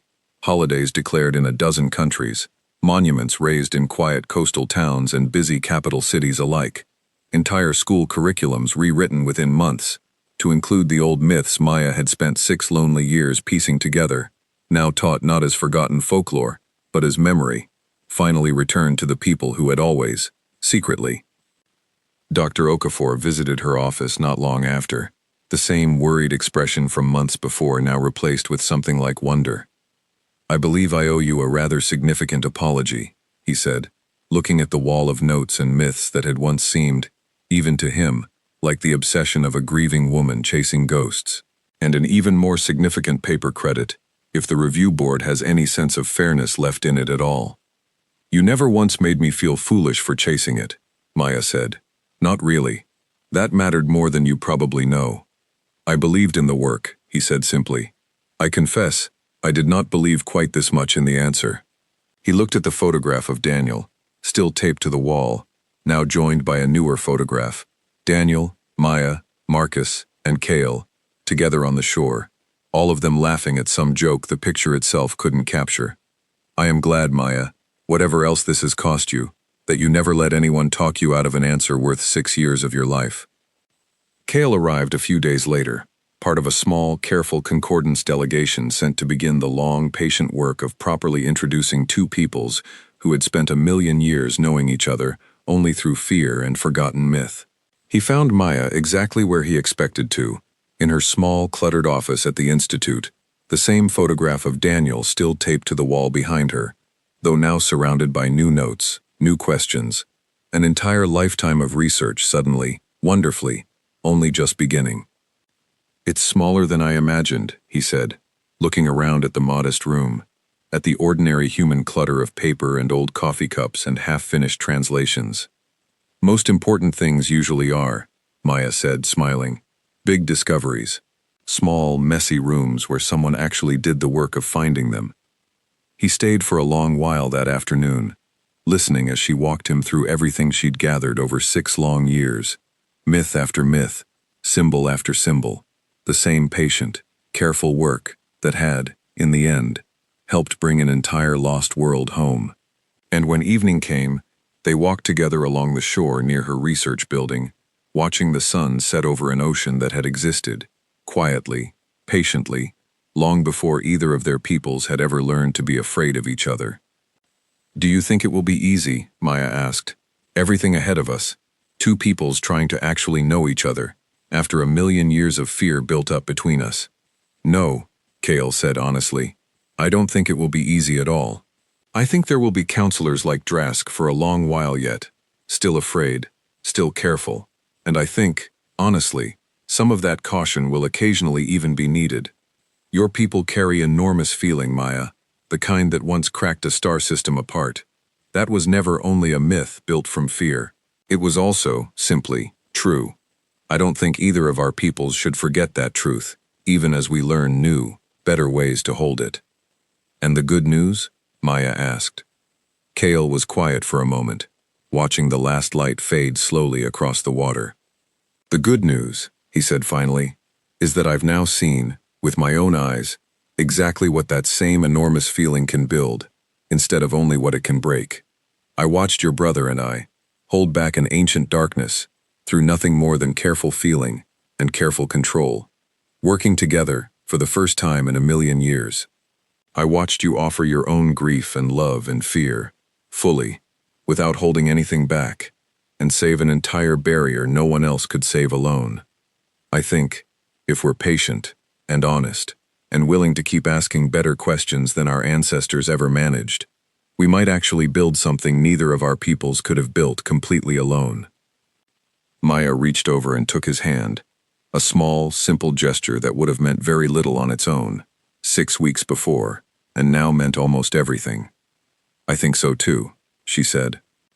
In the weeks that followed, ships from a dozen different worlds began arriving quietly in Earth's solar system, not with weapons or demands, but with careful, curious delegations, eager to finally meet the world their oldest, half-forgotten records had spent a million years, describing only in fragments and warnings.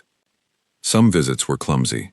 A delegation from a species that spoke mainly through slow shifts in the color of their skin spent nearly a week, deeply confused by human facial expressions, before Maya's team worked out a translation guide.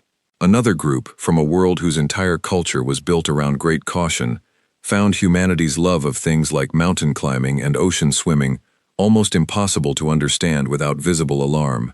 But slowly, patiently, awkwardly, understanding began to grow between worlds that had spent far too long knowing each other only as myth and fear.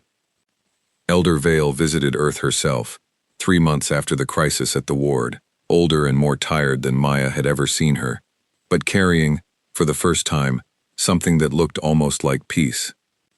I wanted to see it myself, she told Maya, standing on the same shore where Maya so often walked with Kale now, watching waves that had existed long before either of their civilizations learned to fear each other. The world we spent a million years only imagining, I find it is smaller, and louder, and far more alive than anything our old records ever managed to properly describe. Good alive, I hope, Maya said, smiling. Good alive, Elder Vale agreed. I have spent a very long life believing that calm control was the highest wisdom a people could reach. I am old enough now to admit, at least to myself, that perhaps I mistook control for wisdom far too often, when it was sometimes simply fear, dressed carefully enough to look like patience. She looked out at the water for a long moment. I am glad, Maya Reyes, that I lived long enough to be proven wrong about something this important. Not every mistake gets the chance to be corrected. I do not intend to waste this one. What will you do now? Maya asked. Grow old, slowly, watching two peoples learn to be neighbors instead of myths, Elder Vale said, something almost like humor in her ancient voice. I find, at the end of a very long life, that I am looking forward to it more than almost anything I've done before. She left the next morning, her small shuttle rising gently into a sky that no longer felt quite so far from home, for either of their peoples.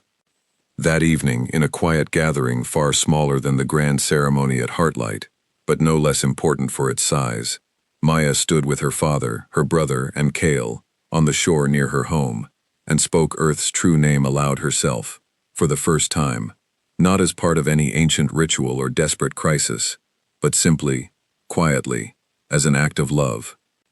Elia, she said softly, into the gathering dark, the world that remembers how to feel. Beside her, Daniel smiled, the warm light beneath his skin catching the last of the sunset. Her father wiped his eyes, unashamed, the way he had learned, over these past strange weeks, that he no longer needed to hide. And Kale, watching them all with the same quiet wonder he had carried since the very first day he'd stumbled into a small, cluttered office and found honesty waiting for him instead of fear, simply smiled too. That same night, all across the world, in places that had once told their own scattered versions of the same old story, without ever knowing the others existed, people stepped outside to look up at a sky that felt, for the first time in living memory, like it was looking back. A fisherman on a quiet coast, a grandmother in a mountain village, a tired nurse finishing her shift under a wide desert sky. None of them knew Maya's name, or Kale's, or Daniel's. All of them, in their own quiet way, felt the same small, warm certainty settle over them that evening, the same feeling that had once been nothing more than an old story passed down by firelight, now, finally, simply true. Far above them, as it did every night now, the sky held its light a little longer before fading fully into dark, as though even the stars themselves were in no hurry to let this particular evening end. 1,000,000 years ago, an entire galaxy had grown so afraid of feeling too much that it forgot how much it needed feeling at all. It took away a world's name and told itself that silence was safety. Then, finally, achingly, after 1,000,000 years of quiet, that name was spoken again, and the galactic core celebrated, believing an old danger had finally, safely, been put back in its place. They celebrated too soon, because what came home, in the end, was never the danger they had always feared. It was simply humanity, whole and unafraid, and unmistakably, wonderfully alive, carrying 6 years, and 1,000,000 years, of grief and hope and love, all the way back to the family it had never truly stopped belonging to. And this time, when the galaxy finally learned to say Earth's real name, it said it not with fear, but with something far stronger and far harder to erase. It said it, at last, with love.